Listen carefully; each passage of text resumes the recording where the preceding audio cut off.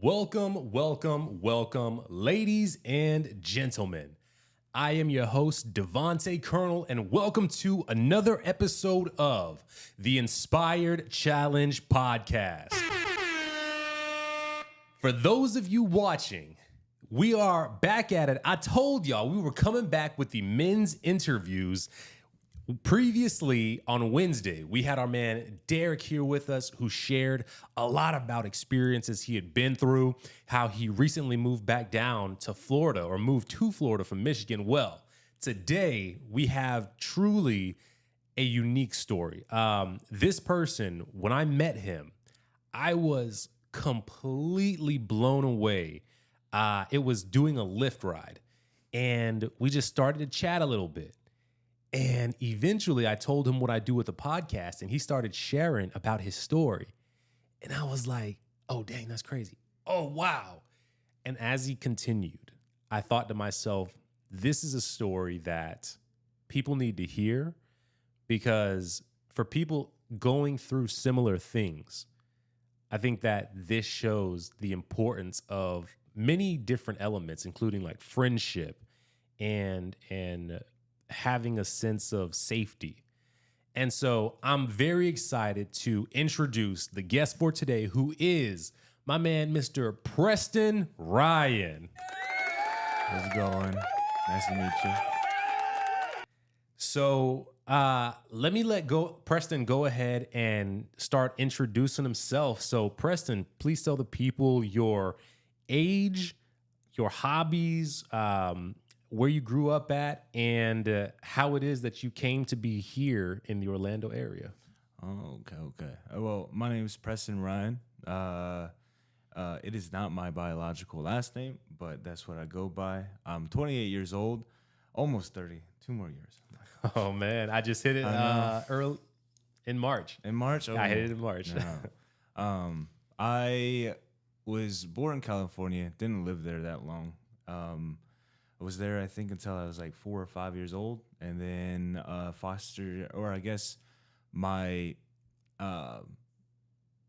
he wasn't my father, but he was written down as my guardian who was going to take over for me at the time. But he lived in Nebraska, so I had to move to Nebraska for a few months with him until the foster association put me in, and that's how I ended up in Nebraska's foster association instead of California's. Do I just kind of like talk about it, or? We can do.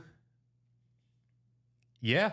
Let's dive straight into it. Yeah, man. Okay, cool. Like I said, I was born in California, Lake Tahoe. I lived there for again like 4 or 5 years. I don't really remember. My mom was not the greatest mother. She did drugs. I don't know what type of drugs or whatever.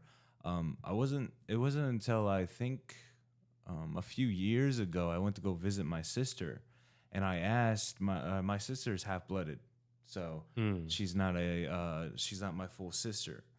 Her grandma on her dad's side takes care of her, and I asked her grandma, I was like, do you happen to know why I ended up in foster care when my sister didn't? And apparently that's when I found out that one day my mom was on a high, and I guess I was annoying her too much, and she attempted to, I guess, end my life, is what my grandma said. And the police got involved and stuff, and to avoid going to jail, my mom had to give up guardianship. So I don't know who my father is. Never tried to reach out or try to find out who he is. But from what my sister said, she has asked my mom before. My mom says she has no idea. It could be in between 3 different guys. So she wrote down I like to say that she wrote down one of those guys. And so to avoid going to jail, she wrote down one of those guys, which from what I remember, I think he was a good person. Again, I was way too young to really know, but I did go live with him for a few months, but I think he had a family of his own, so he couldn't really take me in. So he kind of just took care of me until the foster association could find me like a home to go to. And so that ended up happening. I lived with him, and then foster association came, told me, "Hey, we found you a home." I don't remember much about that home. I remember Teletubbies. That's pretty much it. I remember watching Teletubbies. That's it.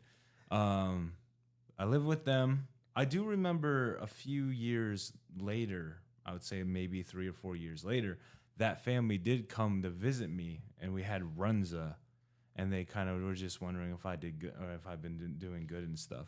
Again, I don't remember much of that conversation. I just remember us eating food.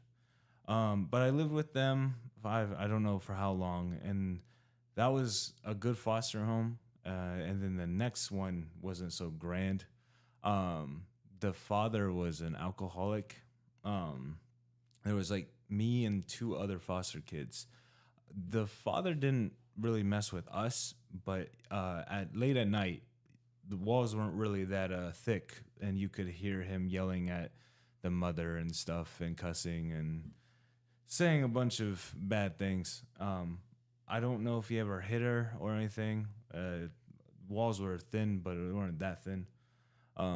But I experienced abuse at a very young age, not on me, but just in general. And then next foster home, well, I think it was a good home. It was a group home. I just think the government wasn't giving them enough money to take care of. I believe there was like 7 or 8 kids. I don't remember. There was a lot of us. It was a nice little group home, but we were being starved, kind of. It was like, imagine a Thanksgiving dinner. You got the turkey, you got all the stuffing, you got all that stuff. But imagine that kind of cut down 75%. So you have like maybe one strip of like turkey, maybe like a normal spoonful of stuffing, a spoonful of mac and cheese. It wasn't a whole bunch, and that would be kind of like our meals throughout the day. So like a full PB&J would probably, you get like half a PB&J and maybe like a bundle of chips. Wow. Yeah. So I kind of had picked up on a bad addiction at the time. I would go and sneak into the kitchen at night and get kids food, and I would also shove food down my own throat.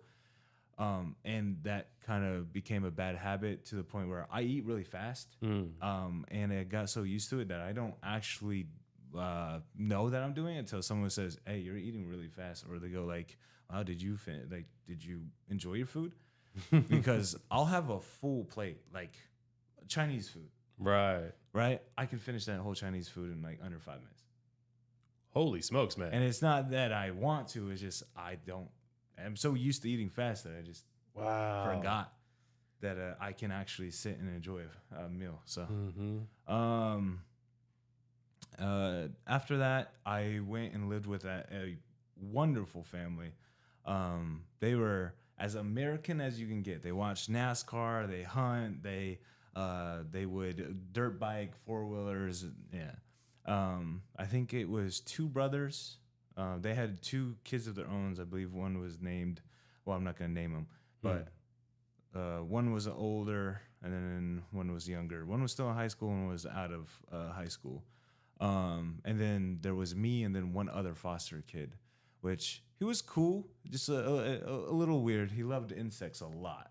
Oh. Yeah, he was a little insect. But I thought it was pretty interesting because he would know some facts that I didn't know. I lived with them for kindergarten until 3rd grade. And they, again, fantastic family. They just weren't adopting. They were just taking care of kids. I believe they wanted to adopt. I think I grew on them. Plus, I had a lot of friends there and stuff. But life decided to give me a different course. The mother had a heart attack. She was fine. She just ended up having to have surgery and stuff. And then the father also had to have throat surgery. He had a lot of mucus buildup and stuff. Oh, man. And so they kind of just came to a conclusion that they can't take care of kids anymore. So they ended up looking for another foster home for me. And that's ended up becoming the family I got adopted to. This family was great at first when I first went there. They promised the biggest room. they promised all these things and stuff, and we're basically making it like feel like at home. Even the kids there, like their kids. Obviously, this is a way older family. Like, well, I think when I first moved there, they were already in like their like late 40s. The parents were. So the kids were already, I think, the oldest son was already out of high school. Actually, most of them were. The only two that were still in high school was one who didn't even go to the same school as everybody else. He went to a place called what it is called, Nebraska City or something like that. I forget. He went there, and then the other foster, or the one that got adopted, he was a foster kid, got adopted into that home. He went to the same school I was gonna go to. But they were all very nice. Like, they would let me play games and stuff. I remember they had like an Xbox, and they would let me play it, like the original Xbox. Hey. Yeah. They would let me play and stuff. And then it made me want to get adopted. And when the moment I got adopted, that's when like everything switched. Like the mask came off pretty much. I didn't get the biggest room. I actually got the so upstairs there's a room over here and a room over here, and this room, the biggest room, is a conjoined room. So you have the bunk bed room that leads into another room. I was supposed to get the one that was here. I was supposed to get the one that was here that was attached to the bunk bed room. Didn't get it. I didn't even get the bunk bed room, and no one slept there. Not one person. No one slept there. And then I didn't even get the other one that was across the hallway. I didn't get that one, and I believe I'll call him Jake. It's not his actual name, but Jake. Jake was the other adopted son. He got that. He had that room. I again didn't get the bunk bed room. Don't know why. I got there's one other room, but it's not really a room. So there's a hallway that attaches the rooms. There's a bed there. Like, it's just a normal bed with 2 drawers, and then there's like a dresser here, and then the rest is just hallway. I got that room. No privacy whatsoever. Wow. It's right. The hallway there's stairs that go down, and the hallway's here. The bed's here, stairs here, hallway straight across. There's no privacy whatsoever. So I slept there for, I don't know, a big majority, probably most of middle school, at least, from 4th grade until like probably freshman year. Again, and there's always a light on. Like, you can't turn that light on, so there's always a light on the staircase that literally shines into that area. And then, you know how when you were a kid, like, oh, go to timeout, or you're grounded, go to your room, blah blah blah, if you did something bad. My punishment was to go. By the way, I'm the only one that is being told to do this. If I did something bad, or another thing is, I would always get blamed for like the other kids. If they did something wrong, I would be the one, for some odd reason, taking the blame. My, I guess, grounding would be go sleep on the patio. It's like a netted up patio, but there's no AC out there. So if it's summer, it's 90 degrees, it's gonna feel like 105. If it's like 5 degrees, it's gonna feel like negative like 7 or whatever. It's cold out there, and it's not a nice like, there's no bed out there. It's a yellow rundown like couch. And it's also not clean whatsoever. They kind of use it for storage. Like, there was like a Nintendo 64 in there, a GameCube. There was a bunch of games and like VHS movies and stuff. A bunch of stuff in there. So it's not clean whatsoever. There's webs everywhere, spiders, you name it. But yeah, I had to sleep. It wouldn't be like, oh, stay out there for like an hour or so. It'd be like, I would literally have to sleep out there. Wow. That would be my punishment, I guess. And I don't know how I got it. I don't know if it was just a big a hive outbreak on my hand or whatever. But I remember it started like here, and it like spread it out. But it felt like I dipped my hand in like acid. It corroded my entire hand, and even my fingernails, to the point where my fingernails felt wavy. Oh, Like man. it was bumpy and stuff. Like it wasn't smooth anymore. And I had that for like a few months. I can't remember, but I like to think that I got bit by a spider. I don't really know what happened because obviously it's back to normal. It just one day started to heal after like months of being like that. But I do still get little bubbles. Like you can see it right here. Not as well, but there's like little tiny bubbles there. And they have like little, I guess, clear juice. I don't know what it is. We went to the doctor, and they took a sample, but they never got back to us. I don't know, or they might have, but my parents never told me. But you can pop them, and like juice comes out and stuff. It's really itchy. Like I said, I feel like it was hives, like a really bad hive outbreak. Oh, my bad. A little hive outbreak, but that's pretty much it. But that was like my punishment. And then they weren't very physical abusive. They were very verbal and mentally abusive. There's only been a couple times where I've witnessed physical abusement, and that would usually happen on what do I call him? Jacob? Yep. Yeah. It would happen on Jacob because he had anger issues, and they wouldn't handle his anger issues well. They would kind of antagonize him and make it worse. Me, it was mainly mental, or I guess what is it called? Mental or verbal abusiveness. My mom would always call me a train wreck, and not in the greatest way. Obviously, I was a pretty, like, I guess, what's the word called? Not train wreck. I don't like using that word, obviously. I was very accident prone. I would get injured a lot and stuff. Like, I have a cut right here that I just got. I work in the food industry. I'm a cook, so I have burns everywhere and stuff. But I would always come home with, like, a bruise or a cut or something. I also fought a lot in high school, so I would have a lot of bruises. But my mom would be very aggressive with how she would handle it, and she would go like, well, if you weren't a like effing train wreck, maybe you would actually do good in school and blah blah blah, or all this like stuff. Jeez. This was around high school.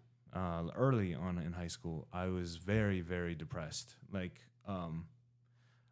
I had a makeshift like rope, like, you know, just basically hand towels, whatever, like in my closet, ready to be used whenever I was ready to just hit the bucket. Yeah. But I got in a huge fight with my mom one night, and she obviously hit me with the train wreck again. And I was very spiteful that night, and also very ready to kick the bucket. So I live in a small town, very small town. Probably like 300 people, maybe 400. And there's a train track that goes right through that town. And it goes through certain times throughout the day. One distinctive one that I always know is like 4 a.m. It's because I have really bad sleep insomnia. I've had it since I was a kid. So I always hear it at like 4 a.m. So after that fight and stuff, I decided to take my life by train to be spiteful on my mom. So I left at 3 a.m. I left at 3 a.m. To walk to the train tracks, and I believe God was looking down at that point, because my best friend doesn't live too far from me. His window from the kitchen looks right into the road. I don't know why he was up at 3 a.m. I never asked, but he was in the kitchen at 3 a.m. And obviously, you know, when you see your friend walking down the street at 3 a.m., you kind of like, what's going on? So he decided to tell me, and the train wasn't super close. It wasn't like, oh, he pulled me off seconds before. But I remember standing on the tracks. Obviously, the train was like, you could hear it, you know, making the noise, like the choo-choo noise and whatnot. And I was just standing there, and I was like, just, I guess, gaining the confidence just to allow it to happen. And then next thing you know, I just remember him grabbing on my shirt and yanking me off. At that time, he cusses a lot now, but at that time, he didn't really cuss much. He was a really good kid. Didn't fight, didn't cuss. Very apologetic if he ever did something bad. But it was like the first time I think I ever heard him cuss at me. But he was like, "Are you effing stupid?" And it slapped me. Again, not a physical person. And that kind of made me realize that there are people out there, even if they aren't your family, there are people out there that love you. But he was, going on a rant and blah, blah, blah. And that's when the train went by. So it was probably about like a minute out. Wow. Yeah. But after that, I realized maybe I should try to take a better initiative on my life and turn it around. So sophomore year was like when I started to fully take initiative into my life and making it better. When I tell you I hate therapy, I hate therapy. I don't like it. So I took everything in my own hands. Because I was like, I've already lived most of my life by myself. I am my own role model. When people ask me who my parents are, I say me, myself, and I. Because I generally have taken care of myself since I was 5 years old. So when it came to working on myself, I had my own bathroom. So my mirror would be filled with sticky notes and they would be color coded. So red would be the things I needed to get rid of from my life and fix permanently. Orange ones would be things I need to work on. And then green ones would be things that I need to learn and I need to do. So I would have like red ones where like, stop fighting. If you get angry today, walk away. Don't raise your fists. Or don't get mad at your family or whatever. It would be these things that I needed to get fixed. I used to be a very bad pathological liar. It was the one thing I hated the most about me because it got to the point where if I told the truth, my parents would just think I'm lying because it got to that point. So that was like the one thing I wanted to work on the most was to teach myself to tell the truth at all costs. Didn't matter if it was a white lie or nothing. So, like, literally, if a woman said, "Hey, do I look fat in this dress?" Obviously, they want you to say no, right? But since I was on that journey of telling the truth no matter what, no one ever did. But if a girl did say that, I would straight up say if they looked like if I didn't like the dress or anything, I would straight up say no. Or I'll go like, I don't like it. You don't look good in it. That's another level of honesty right there. Yeah. But it was for everything. Like if I took my brother's food, I could easily say, no, I didn't. But I would say yes. And it was like that for 4 years. I did that straight for 4 years. Wow. I did not lie once. I wanted to do it to the point where it was all muscle memory. And it got to that point where like, I believe I was playing video games, like my first like time where I didn't have to think about it, or like I could go like should I tell the truth with this? Yes. I was playing games and my brother comes in and he's like, hey, he's like, did you take you remember Guitar Hero? Oh heck yeah. Yeah, he was like, hey, did you take my guitar for Guitar Hero? And I went and I looked at him, I'm like, yeah, I did.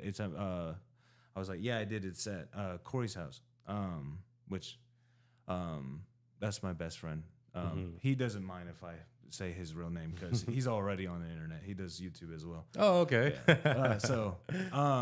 I was like, yeah, I took it over to Corey's house. And he was like, oh, okay. And it didn't process at first, but then I was like, I just told him straight away. And then after that, I just realized if anyone had an issue with me or I did something wrong, it would just be right away. Like I would tell them. And I still do that today. I do white lies now. Like if someone told me, hey, did you take a cookie? I'll go like, no, as I have chocolate chip marks on me. But if it's something that needs to be said, it will be said. My recent relationship, I will admit early on, I was getting neglected and stuff in that relationship. and I did end up flirting with another girl, like probably an hour before I broke up with her, and we broke up and stuff. And then I believe the same day, maybe the next day, we had a long talk, and she was explaining why she was neglecting and stuff. We decided to get back together, but I, again, very honest. So I told her straight up. I was like, "Hey, before like we go any further and stuff, I do want to let you know I did flirt with another girl. I was still in a relationship." I told her I didn't do anything sexual or anything like that. I just flirted. I let her know. Obviously, it hit her because she has been cheated on in the past and stuff. So she still wanted to try and stuff, but like that. Even though it's a hard pill to swallow, and I did it a wrong thing, I still did it. I still told her straight up because it's just I wire my brain to no matter what, if it's gonna hurt me or if it's gonna hurt them. If I did it, I did it, and that's my responsibility to take initiative if I did that wrong, and to accept the punishments that come further. So, yeah, not the greatest part of my life because I've never done something like that, but it was not the greatest relationship. It's over now, but so that was my biggest thing that I wanted to fix. And then another thing that was huge for me is to get out of my clouded brain, my dark hole that I lived in for years. I created, they're just regular school notebooks, just the lined ones. Right. But I turned them into what I call thought books. Okay. So before I went to bed every night, didn't matter if it was a good thoughts, neutral thoughts, or bad thoughts, I would write everything down before I went to bed. So I had a clear brain when I went to sleep. If they were bad thoughts, depending on how bad they were, if they were like suicidal thoughts, I would have like maybe 2 to 6 pages of the same thought written down. Like I would put like I wanna take my own life by Bleach, and I would just write it until it just until I exhausted myself of the same thought.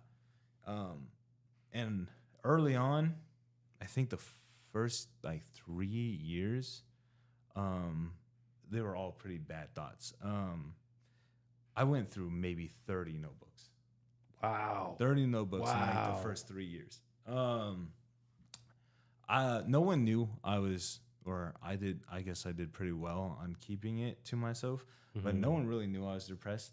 The only few people that knew was one of my friends who sadly has passed. He was also depressed. He ended up taking his own life.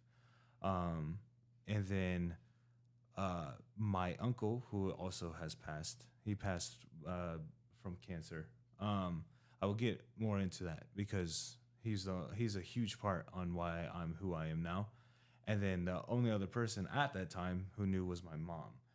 I didn't want to tell my mom. She ended up how moms like to clean your room without permission? She did that. And she found one of my books. Oh, man. And it was actually one of the notebooks from my first year of working on myself. The most intense one. Yeah. And this was about, I think, almost this was the end of senior year. So I was about 2 years in. I was doing thought books until I was 20, I believe. So, yeah. This was about 2 years or almost 3 years in. And she found one of them from the first year. And it was bad. I think I had maybe, the one that she looked, I think I had maybe a total of maybe 30 good thoughts in there. Wow. Maybe 15 neutral thoughts. Everything else was straight suicide or just self-harm or self-image or anything bad. Yeah, and my mom sat me down. We had a huge talk. She tried to get me to do therapy. I told her no. And my mom is a huge blabbermouth. So, and again, small town. So that's kind of when I at least my friends at school didn't really know, thankfully. But all of my mom's friends knew. And that's when they started looking at me as a ticking time bomb. So they treated me with eggshells, pretty much. If I came over and if I showed any I guess, irritation or frustration. They'll go like, oh, if you need to lay down and take a rest or blah blah blah. I'm like, no, I'm fine. Yeah, it was. They started treating me like a baby, pretty much. Um, um, uh, what was another thing that I worked on? Oh yeah. Again, I fought a lot, and I would get in fights a lot, and I guess I was. I want to say I was a bully because most of my fights would be because I was protecting someone who was being bullied, or I saw someone talking down on my friends and whatnot. So I guess I wasn't really a bully, but at the same time I was. Um, but I would reach out to a lot of people who I hurt that didn't deserve to get hurt, and I would try to make amends. Um, so I think I don't really know. I would say like 20, 30 people. I would reach out, apologize, send them a message. I would also say if you want to go out and hang out and patch this in person, we can and whatnot. I think only like 5 people did it, like the person, like we would go watch a movie or something and hang out, and I would say sorry and stuff in person. I think another like maybe 6 to like, I don't know, 10 people replied to my messages and said, I appreciate this, or said the other thing where it was like, I will not forgive you for how you treated blah blah blah, and then the rest I don't think ever like replied.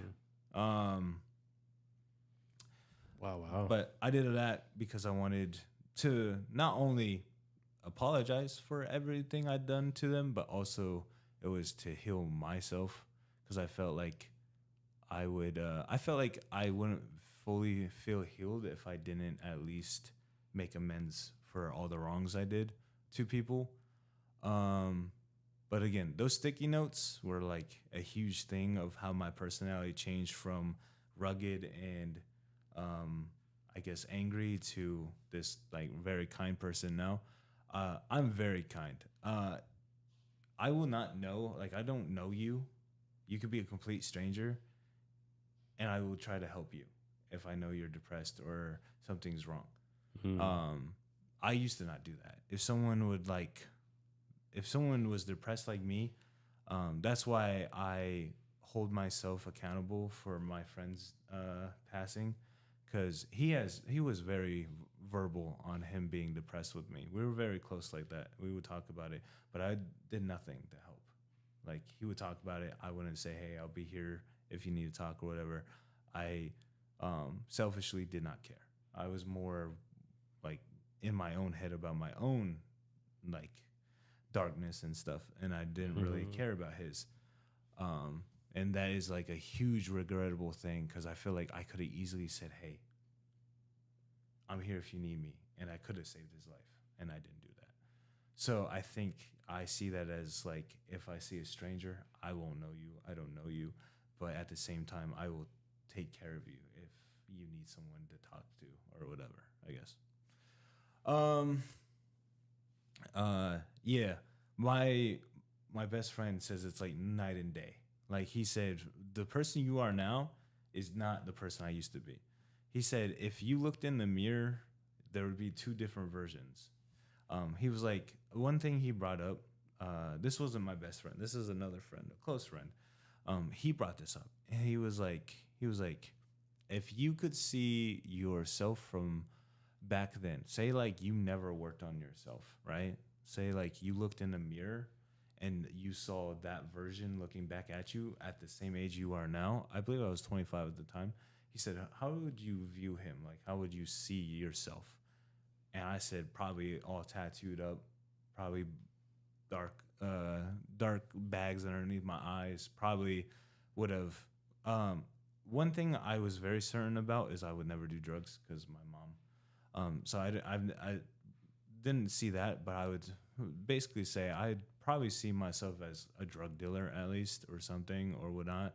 Probably have been to jail. I would probably look very tattooed up, piercings, stuff like that. The same dark attitude. And he was like, he explained to me, he told me, what did he say? He was like, the way you viewed yourself right there is probably how you probably would have been if you didn't change. He said, you probably would have been exactly like that. And I think about that all the time. I'm like, what would I have generally been like if I never took that route of healing myself?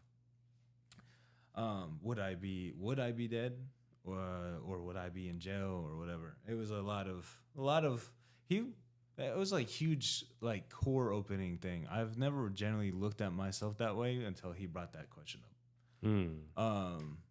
And yeah, so my best friend said it's like 9 day. He said, from who I knew you from like early high school to who you are now, like he was like, if I say I'm hungry, you go and get me food. If I said that back then, you would have said, all right, get up and get yourself food. But yeah, there are times though where I do wish, or I not wish, but there are some times where I'm like, the nice guy personality and stuff is not for the weak. To be kind to everybody, especially when those people aren't kind back to you, to hand out your emotions and feelings to help others when they would never do that to you, it's exhausting. It's not for the weak. So there are times where I'm just like, man, I really wish I could just go back to the person that didn't give a damn about anything. But Man, that's it. So just there's been a number of things that you've mentioned on that. And that's right there, definitely something I wanna pop back to. But I definitely want to allow you to continue your yeah, I'm almost done. So after high school, I'm 28. Um, I'd say by the time I turned 25 was the time where I could actually look in the mirror and smile and say, I love myself. I'm still depressed, obviously. I don't think that's ever gonna fully go away. I don't think anyone can fully get rid of their depression. I feel like they can get out of the deep depression of the suicidal thoughts and stuff. I'm not suicidal anymore. I haven't been in like I don't know 5 years. But obviously I still have like seasonal depression. There will be times where I have the thoughts of like not wanting to do anything, wishing that I wasn't here anymore and stuff. But it would never get to the point where I look at a knife and I'm like, I could easily just. But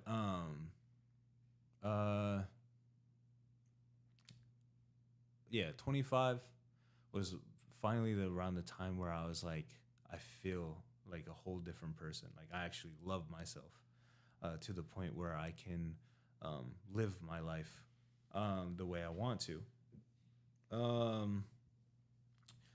Ever since then, though, I still work on those little practices. I don't do thought books anymore. I don't do sticky notes anymore. I think I've gotten to the point where everything that I can do personally by myself is pretty much to the max. I feel like everything I've done for myself is as best as I can do it.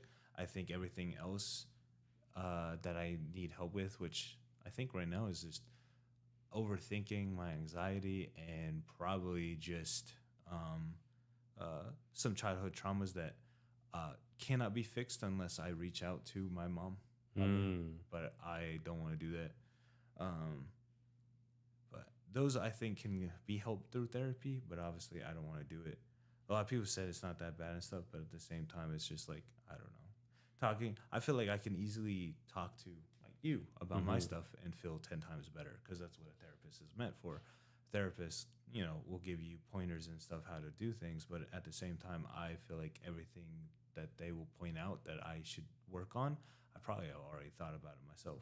I'm a very if I want to do something, I will put 100% to it. So when I worked on myself, I read articles. I think I went through this is over exaggeration. I definitely didn't go through this many sites, but I went through 100 sites, read multiple articles, would watch videos on tips and tricks and stuff like that. So I'm pretty sure I even would watch I forget what this YouTuber's name is, but he was a therapist, and he would give you tips and tricks of how you could help yourself with depression and how to relieve some of that stress and some of that anger and childhood trauma and stuff. So I'm pretty sure if I sat down with a therapist, they would let me talk it would feel like I'm talking to a normal person, and then they'll hit me with the stuff I already know. Mm-hmm. So I don't know. Obviously, they can't give you. When I was younger, one of my, I guess, points of not wanting to do therapy is meds. But I also found out if you say no, they won't do it. Mm-hmm. So, but that's pretty much it. So, most of the stuff that I'm dealing with now probably need help with a third party. I don't think I could. I could work on it myself, but it will take probably my whole life to get to any point of like being perfected. But that's pretty much it.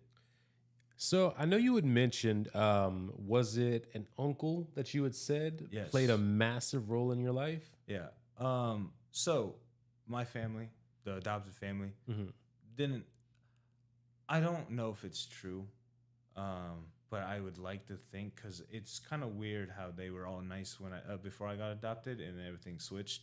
But my other adopted brother brought up a good point. He said the only reason we got adopted is because we had money attached to us because of government money, to pay for our clothes and stuff and whatnot. So I guess I like to see it as that because I can't come up with another reason why they would switch up so fast after adoption.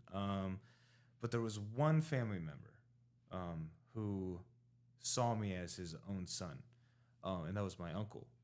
He had his own family. He had 2 other kids, a wife.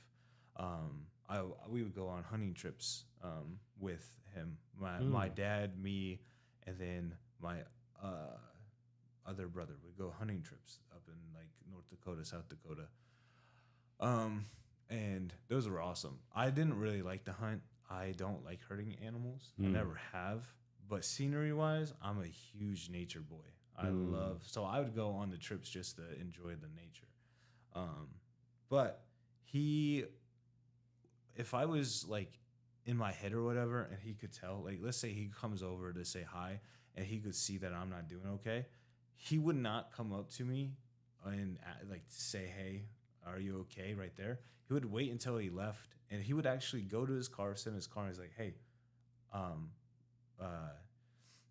let's say her name was Mary, not her actual name, but he was like, hey, Mary and the kids are me, or he said, Mary and the kids and I are about to have dinner. I'm about to leave in like 5 minutes. If you want to come and enjoy a meal with us, you can. And he would do that because, and I would come out, I would like get in the car, and then that's when he would ask me if I'm okay and stuff. And then obviously I go eat dinner with them and stuff.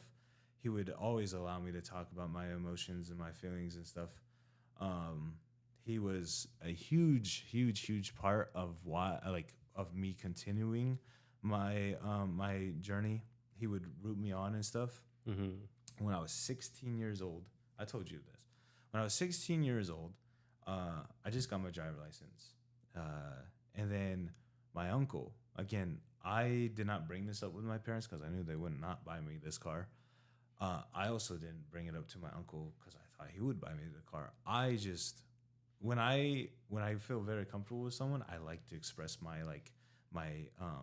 what's it called? My interest and my like what is like making me excited. You remember the Dodge Dart 2013? I don't know.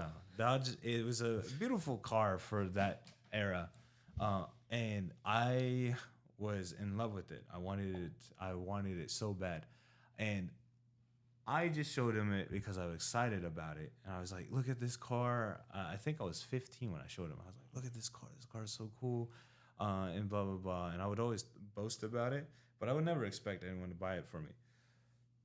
When I turned 16, my uncle came over and he was like, "Hey everyone," and he had this like curious expression, or I guess this like weird expression. He's like, "It's so weird. I was walking up the driveway and I found these keys just laying in the driveway." And he was walking. He's like, he looked at my dad and he's like, "Do you know anything about this?" My dad's like clueless. He's like, "No." And he was like, he walked over and he's like, "You know anything about this?" I saw the Dodge little symbol, and he got me the car. Man, And then shout out to Uncle real quick. and 2 months later, I got in a car crash that rendered me uneligible to drive, I guess. At least right now, I'm still working on it. I got in a car crash. I was coming home from my friends. I was like 9 p.m., maybe 10. I don't know. It was late. I was at a stoplight, and then it turned green. I started driving. Next thing I know, I hear screeching noises, and that's when a truck, like I don't know, I don't know what type of truck it was, like a Ford. It was just like a normal like F-150 type truck, I guess. It hit me. It T-boned me, and I woke up in the hospital, and a doctor and two nurses come like running in and stuff, and they're checking like my toes, like taking a light, touching my hands, they're touching my neck and stuff and whatnot. They're telling me if I remember anything or whatnot, or if I could talk. And I would try to talk, but I was like very mumbly. Like it was like I was trying to say things, but it was coming out very slurred. After all the chaos kind of wind down, the doctor said, I don't know how the best way to tell you this is. Obviously, I'm going to try to ease this in because you might freak out about it. But he said, you've been in a coma for 3 weeks and like 4 days, so almost a whole month. Wow. And I had my entire left arm was broken. I had 3 broken bones in my left arm, 2 broken ribs, 1 fractured, and my foot needed complete surgery. You know how when you're driving, you kind of rest your foot like on the side when you're not using the brake. When it hit me, it hit the fender, and the fender bent inwards and slammed into my foot. Jeez. And so I had to get a metal rod stuck in put in my foot and stuff and whatnot. And then I didn't break my neck, but it's basically, whiplash, but very severe. It shredded a lot of my muscles and nerves and stuff. Even after physical therapy, I mean, I still deal with it today. I have like a distinct mattress to help me with like neck posture and back posture when I sleep. I need to get a pillow. I used to have one that helped, but I then moved here and forgot it in Nebraska. But I can still wake up to this day to the point where my neck is super stiff, where I'm just like, and it hurts. Yeah. It's not fun, but yeah. I was told by my mom, but he was the one that visited the most out of everybody. Because he felt like it was also kind of his fault because he gave me a car. Wow. I was like, that's not your fault. But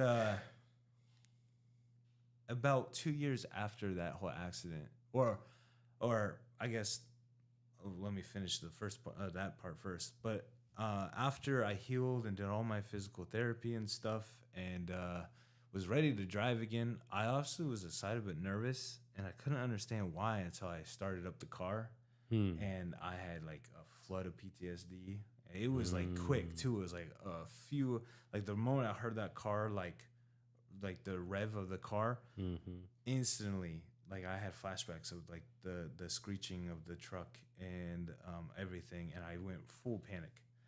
For like I think 3 years, I could not get out of the parking lot. I could not get out of the driveway. Wow. Yeah, it was. It's been 11 years since then. I can drive in small towns. I can drive in like low populated areas, low traffic. Florida? Yeah. I've tried twice, and I've had a panic attack twice. And so not ready for that. That's a big leap. But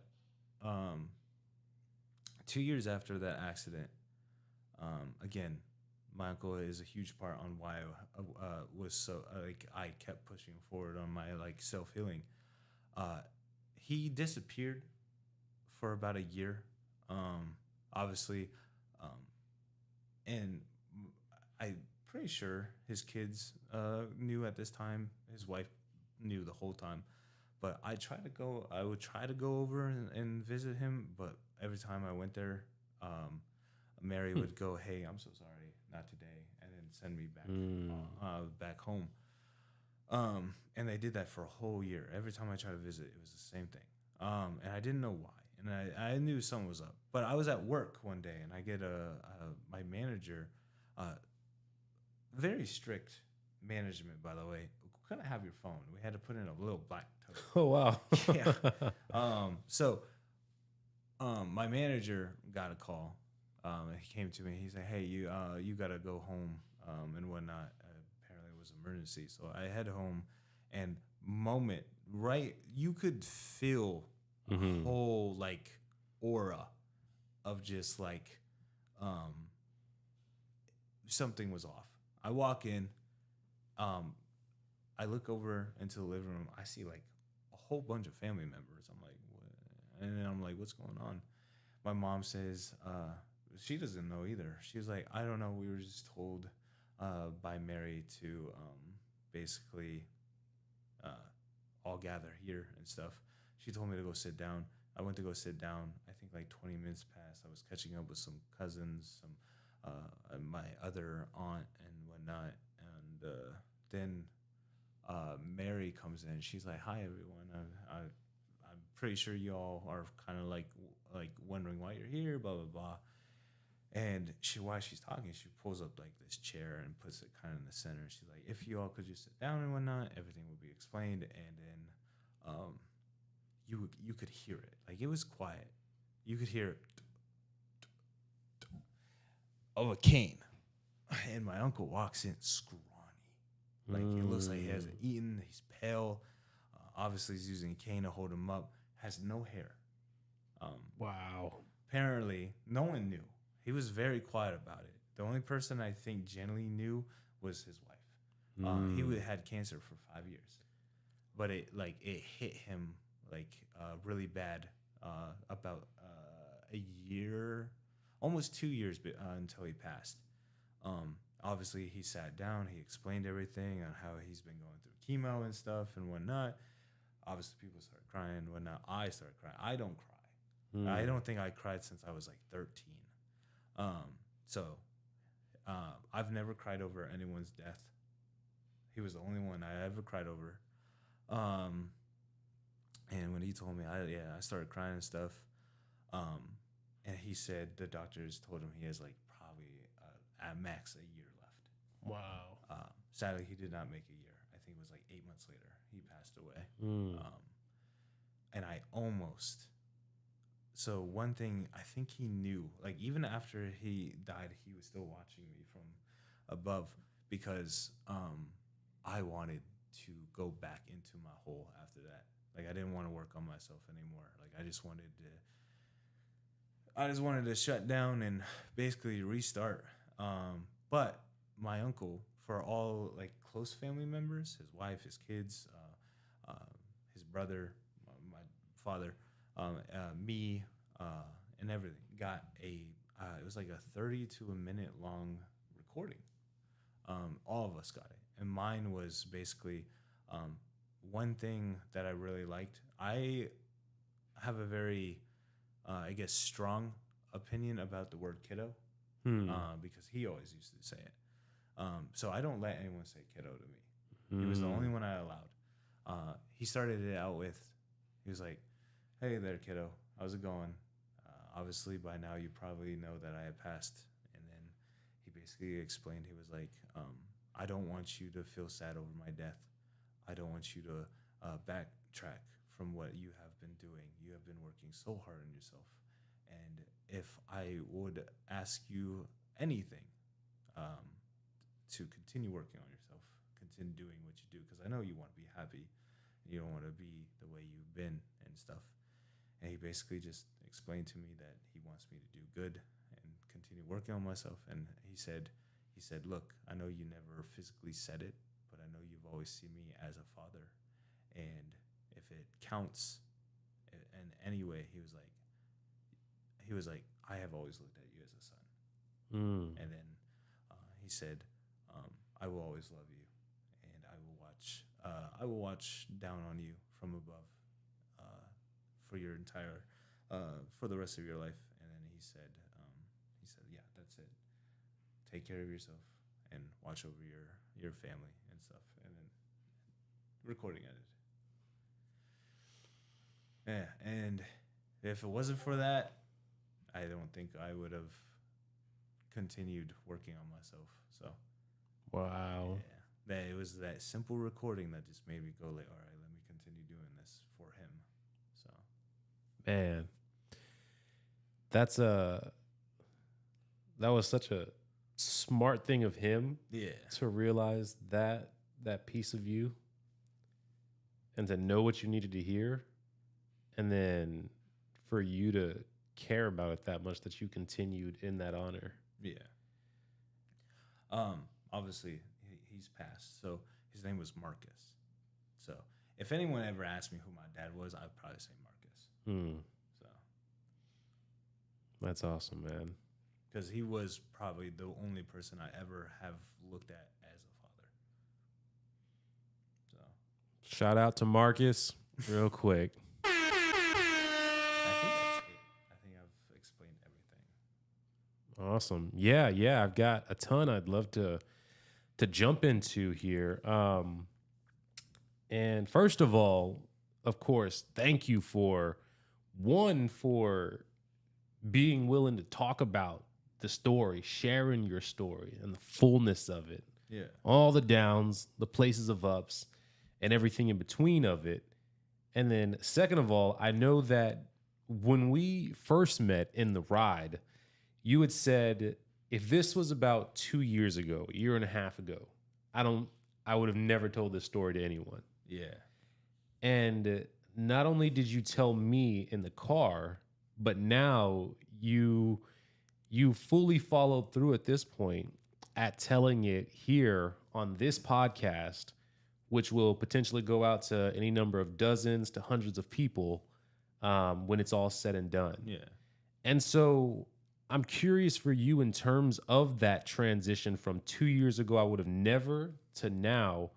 What changed in between that time frame for you?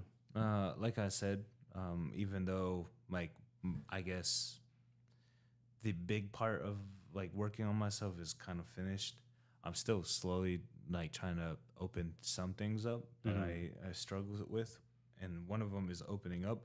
I feel like, and I can speak to like most men about this, I feel like men nowadays are so afraid to open up about themselves. I am a victim of that as well. It wasn't until a girl that I dated like 2-3 years ago was the first time I ever like really fully talked about my life growing up and stuff, like full details and everything. And she kind of made me realize that I can do it. Mm-hmm. And I started realizing that as a man, no one will generally understand you and will always be confused on why you do certain things or keep certain things to yourself if you don't allow yourself to open. So I was like, you know what? I'm going to start talking about my stuff. Obviously, it was like a slow start. Mm-hmm. I told my best friend. By the way, my best friend of like 5th grade. So The same one from the train. yeah. Obviously, he knew I was depressed, but he didn't know how bad it was. He didn't know anything about my life. To have a best friend for that long, but barely know anything about my childhood. Mm-hmm. He was the first one I told, and then it was slowly started just close friends. Then finally family. I finally had the courage to sit down with my actual like adopted parents, like my father and mom, and told them everything, how they treated me, how I felt. And then it got to the point where, okay, I feel very comfortable now. So when you brought it up, like, oh yeah, I do mental health and stuff for men and stuff, that gave me the window. I will never, I guess, in this sense, just, oh yeah, this is how effed up my life was. But you gave me a window to talk about it. If someone tells me like, oh, how did you grow up or whatever? It's like, do you really want to know? It's like, yeah, I will feel comfortable. As long as there's a window, I think I've gotten to that point. But it was basically, as cliche as it is, it was basically because of a girl. She made me realize that I can start talking about it. And it's not as bad as I think it is to like open up about that. And so she didn't tell me, oh, I need to start talking about it more. It felt good because it was the first time I ever talked to anyone. And it felt really good. And I was like, okay, let me start doing this. Let me open this door and let people in. Yeah. So. And man, you mentioned that it was a girl that it felt good to tell her. Yeah. And there's something about when we talk to specifically a woman and a woman that we either respect heavily or maybe admire in some ways, that comfort of being vulnerable just feels so good and positive for us. And so, even though things didn't end up working out, was this the same relationship where it was neglectful? No. After? No? Okay. No, this was like 2 or 3 years ago. We're currently friends. Like, okay. So if people say, oh, you can't be friends with your ex, you can. You just not right away. We didn't talk for like a few years. We're friends now, though. Yeah. But man, to have that as the starting point, like when I first started to kind of put my life back together, it was from an invitation I received from a girl who that was like the starting place for me as well. Yeah. And then little by little, like all of the kind of repairing, kind of putting back together happened over time, separate and departed from her and her influence. But just like you, it was like, man, I see an opportunity opened up from this window here. Yeah. And I think it's interesting how for us as men, and I've met so many guys now that the lineage of them changing their life around, transforming it, whether it's getting back into church, working on themselves, taking work seriously, the genesis has so commonly been a female providing the opportunity and that being like the starting place. Yeah. And so that's an interesting thread there. But then also, I wanted to kind of weave in some questions from my perspective now, which is from a Christian perspective, and ask, in terms of like when it comes to the train part and your friend, and I know you had mentioned before we started that right now you consider yourself, you believe more in reincarnation, but you grew up in a family of, what was it exactly? Christians? Yeah. So was this with the adoptive family or? This was the adoptive family, yeah. Okay. They would go to church on Sunday and stuff and whatnot. Mm-hmm. So obviously I'm in the middle. I know obviously it's either you do or you don't for people who do believe in God, but for me it's like neither do I believe in him nor do I believe in him nor do I don't. Mm-hmm. It's kind of like I'm neutral. Like there are points that make me go like, there could be someone who does watch down on us, who has given us life, but there's also, I am very logical. I have a very logical brain. Mm-hmm. If I don't see facts or what's up, it's hard for my brain to go like, yeah. Mm-hmm. So a lot of people put their faith in a Bible, and it's very hard for me to do. Because again, it's just, I need to see it. To believe it. It's not that, oh, I can't do it. Mm-hmm. I've had multiple times, and like again, the whole train thing. If it wasn't God, then it must have been the universe. I do believe someone does watch over us. Mm-hmm. So like there, it's kind of like who else would watch over us other than God? Mm-hmm. I could say the universe, but who controls the universe? It could be God. So it's just. At certain points, my brain goes like, well, there's no other like reasonable, like I guess logical answer for it. So it could be this. It could be God. It could be this or that. It's hard. That's why when it comes to my belief towards everything, I believe whatever happens after your death will happen. So say like you believe in God, I believe in reincarnation. say we both die at the same time, exact same time. That's when our lives, our souls go separate. You go and you live in heaven, and you know, and I go and I live as a sea turtle. So that's how I see it. Because again, logically, for me, I can't go like, oh yeah, I know for a fact that I'm gonna go to heaven after I die. Logically, I don't know what happens after death. No one does. They can be told all these things or read a book telling them that this could happen, but it's just like you won't fully know it until you experience yourself. So to me, whatever happened, like whatever you believe in when you die is what will happen.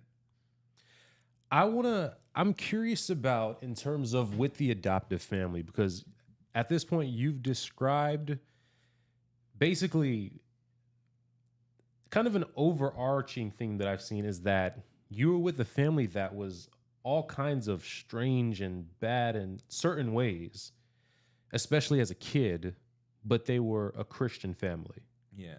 And so I guess a question I would have with that would be in terms of a faith or anything like that, would you say that their influence on you, especially knowing that they were Christians, is part of what makes it tougher for you to accept it as it was attempted to be taught to you as a child? I wouldn't say so. No. It's just I think the older I got, the more like I just cannot read a Bible and go like, yeah, that is exactly what happened. Because especially again, the Bible has been I think rewritten 4 times, or I guess by 4 different artists. And as a person that used to be a bookworm, I know like books are like a whole different world from reality that you can get lost in. So it's just hard for me to sit there and go like Jesus walked on water, Moses split the ocean in half. Somehow, Evan, right? No, what was his name? No, Noah? Noah. Yeah, Noah. You're thinking of Evan Almighty. Yeah, I know. My brain was going to the movie. Yeah. Noah. Yeah, Noah's Ark. Like, how did he said that God talked to him about a flood that will come and take, and it's very hard for me to not bring that into like the book realm of like that's a fantasy. Like, how do I not see that nowadays? Like, why don't I see anyone splitting the ocean in half? Why do I not see like and a guardian angel coming down and talking to Mother Mary about things and stuff like that? Like, why do I not see these things? But that would happen a lot in the era of like Jesus. So it's just very hard for me to read it and not my brain going like, this is a fantasy. This can't be true. Have you ever, because there were a number of things that you mentioned that ended up being helpful practices for you. One of the things you mentioned was obviously the books portion. Yeah. Have you ever considered looking at the Bible in terms of just a book of wisdom and knowledge and like places to get good practices from? Believe it or not, I was a Christian. Like, I believed in God for quite a bit of time. Like, I got baptized and everything and whatnot. So I did read the Bible from start to finish and stuff. I still to this day do pray. Again, it's not to the point where I have thrown my belief completely out that there is a God, but there are some times where like if I'm having a really bad day and I need to talk to someone but no one's around, I will pray to God, because at the end of the day, he could be listening. So it's just like if there's no one around, at least someone's there. So it's not like, again, it's very hard to explain. It's again, like I'm right in the middle of like, I believe he exists, but I also don't. Yeah. Makes sense. I wanted to ask that because when it comes to things like you mentioned writing down these things like endlessly and whatnot, I was curious if that came from something that you consumed or if that was like a biblical piece of wisdom, because scripture says things like, come to God and lay out everything before him. Like there's one verse that we use for like the mental health series I'm doing is Psalm 5:3, which is In the morning, Lord, I hear your voice. In the morning, I lay my request at your feet and wait expectantly. Yeah. And it's just like the idea of coming and just dropping everything at him. And then as you go about the day, you have to physically move, but in your heart and your mind, like you're still at that place being like, all right, God, I'm ready to see something. All right, God, I know you're going to do something. And so I had the wonder of when it came to like the journal, like where did the idea of the journal come from for you? So I was not the greatest when it came to school smarts, street smarts, very well at it. Survival and stuff like that. Knowing my own how I operate, how I work. One thing I always knew about myself is I was a huge overthinker, really bad. And I've pretty much been by myself since I was 5, so I've learned to survive and work on things or do things differently. If someone said they didn't like something that I did, I would work on it right away. There was one time where my best friend's mom didn't like the fact I would interrupt, like say she was talking to my best friend, like trying to like talking to him, and I would just randomly cut in. Like I'll go like, oh Corey, and like cut in. I found out she didn't like that. She told my parents like, hey, like one thing I don't like about your son is that he always tends the button and cut and whatever. It sucks that I had to find out through my mom, but after that I worked on it right away. And now like say you would like be talking to like your wife, I would not cut in. Even if we were having a conversation and your wife just came and said something to you, I go mute and let that happen and then continue. I am very aware of my own mistakes and my own faults and stuff. So when I created that, I knew I was an overthinker. So I knew When you created the journals or when you created that rule? The journals. Okay. I knew I was a really bad overthinker. So I knew if I had bad thoughts in my head, I would not be able to sleep, and it would get worse and worse. Yeah. Because when you overthink, you can't really take the simple route of, oh yeah, this is the most simple one. Let's go there, right? Yeah. But it would be like, oh, you can't do that. You have so many thoughts running through. It's like you always go to the worst one. You're like, this must be it. This must be the wrong, like this. It's hard for you to like choose the one that's the most simple, the one that makes the most sense. So I decided to bypass that is to write down all my like thoughts. Yeah. Because as long as I can drain that thought out of my brain before I go to bed, I will have a better chance of not having it be so bad. It wasn't because of anything. I just saw that as the best route. There's a buddy of mine, and he was telling me about how when he has bad thoughts, like he used to get very anxious about things, and like he noticed that his anxiety would build into anger, and he would find himself like blowing up in certain moments. Yeah. And when he took on the practice of writing these things out, what he found was from the place of it just being present in his spirit or in his heart, and then being able, just the energy of writing it out, and then that thing of being able to see it. So now it's almost like you've essentially exhaled that thing as writing, and you see it as a different entity now. Yeah. And this allows you to, one, it's not literally just boiled up in here, it's actually out, but two, it allows you to look at it and to measure it and to see how big is this thing actually? Because physically, this thing is literally only like 2 lines, maybe 3 lines big. But then also, just from a thoughtful perspective, like this person cut me off in traffic and it made me really upset. But I've been upset about this for 5 hours. Yeah. Like, why would I let this moment have so much power over me? And so now that translated over to several other aspects. I mean, I think it's amazing that was something that for you just thought one day, I'm going to do this, and this is going to be like, this did something good for me. Yeah. Go ahead. Believe it or not, it didn't start out like that. I didn't even know it was going to like do anything. It was just an idea. So I started doing it, and at first it wasn't working, and I didn't know why. Like I would do it at first, and it was just like I think there was like one thought, like early on that I had. It was like I think it was the whole train thing. I don't remember exactly what the thought was. It was bad, but I went through almost 10 pages writing the same thought, and nothing was. It was still in my head. I believe I don't. You know how you said he can look at it. I think it was the fact that I was still looking at it, so it was replaying in my head. So I decided. I don't know why I decided this. Sometimes I do some intrusive thoughts, but I ripped the paper out, balled it up, and I would shoot it into my trash can. I would just shoot it. I would like play basketball with it, and I think I was tricking my mind. I'm like out of sight, out of mind. So I would throw it and then throw it away. That was in the beginning, but I then chose this more simple route of just closing the book. I think I just wanted to throw stuff.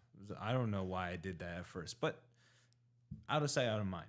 And I think it's because since I was reading my thoughts after, already dealing with them for like hours, that was making it worse because it wasn't like I was writing it down, but then I was just rereading it and putting it right back into my mind. So it got to the point where I would write it down and continue, and then flip the page, write it. And then I would close the book, and for like 10 minutes, maybe 15 minutes, I would sit there, or I would go do something. I would go grab water or whatever, come back, and if the thought was still there, I would write more down, do the same thing, close the book, do something. But most of the time, I would write for like a good 5 minutes, 10 minutes, the same thought, close the book, go do laundry, go talk to my mom, come back, and I would lay down. Like it got to the point where the thought would be gone. Like I wouldn't even think about it, and I would just lay down, get on my phone or open my Game Boy and start playing a game. Like it get to the point where my brain was drained from my thoughts because I wasn't reading it. Yeah. That's why most of the time one of my things that my best friend said is why I never threw away the books. Like he said, why didn't like after you did? Because I had a nice like beautiful like dresser, big dresser. But I'm a very, I guess, simple person. I don't need a lot of clothes. I don't need a lot of anything. So even when I was more a kid, so I had a drawer down there that had nothing in it. I think before I cleaned it out, it maybe had like a few pairs of underwear, maybe a pair of socks. It was filled to the brim of books. Wow. Because I never threw them away.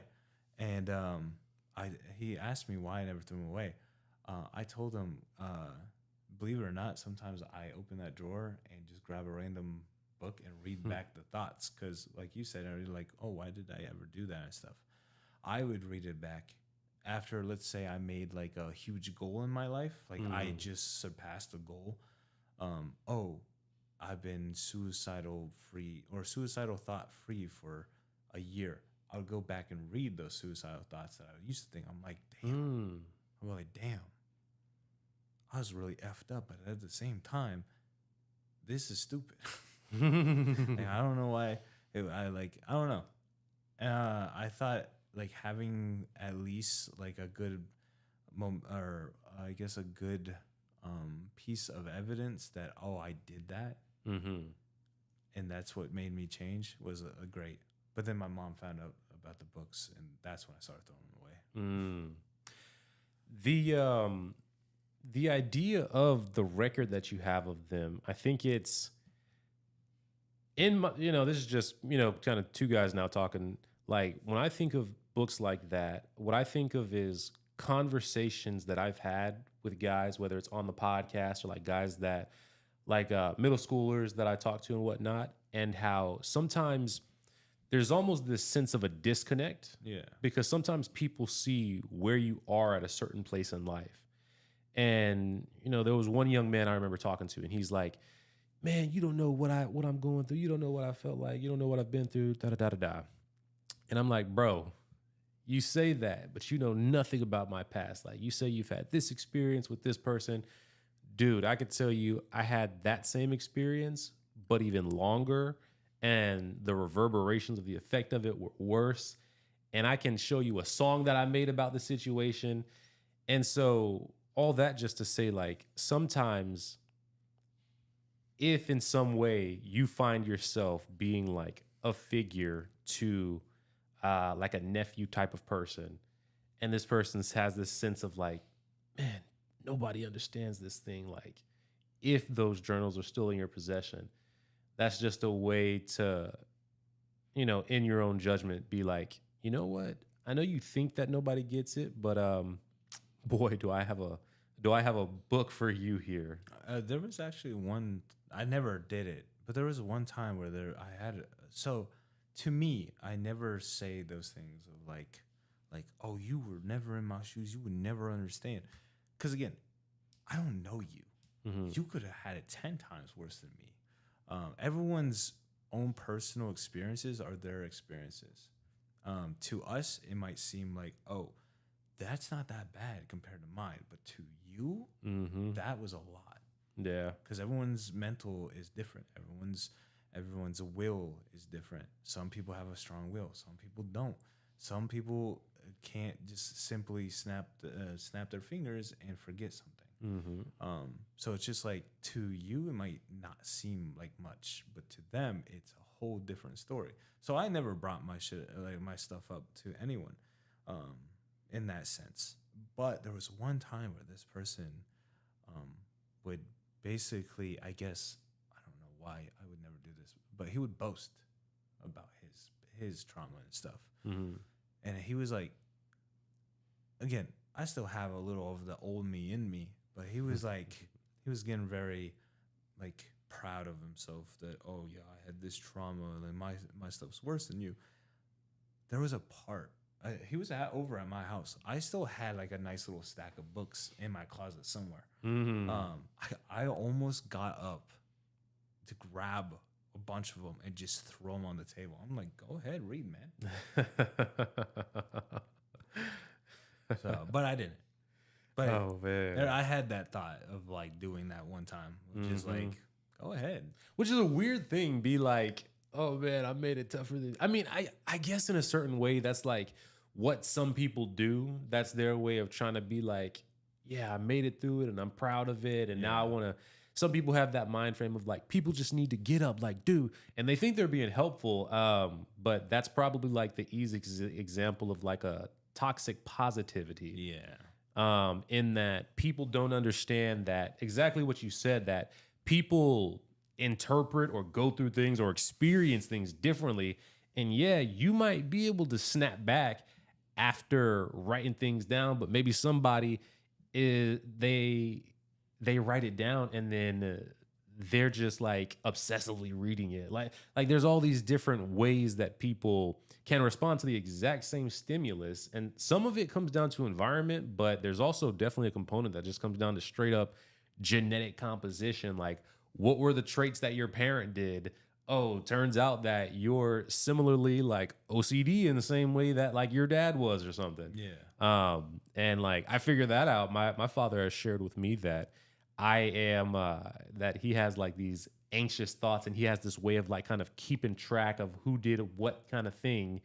And he described it to me once, and he's like, yeah, I bet you're thinking about this, aren't you? And I bet you're keeping a record in your mind, aren't you? I'm like, yeah, how do you know? He's like, because that's exactly what I do too. I'm like, ain't that crazy right there? And so definitely these things they can come down to a genetic, like, how are you built type of deal in there.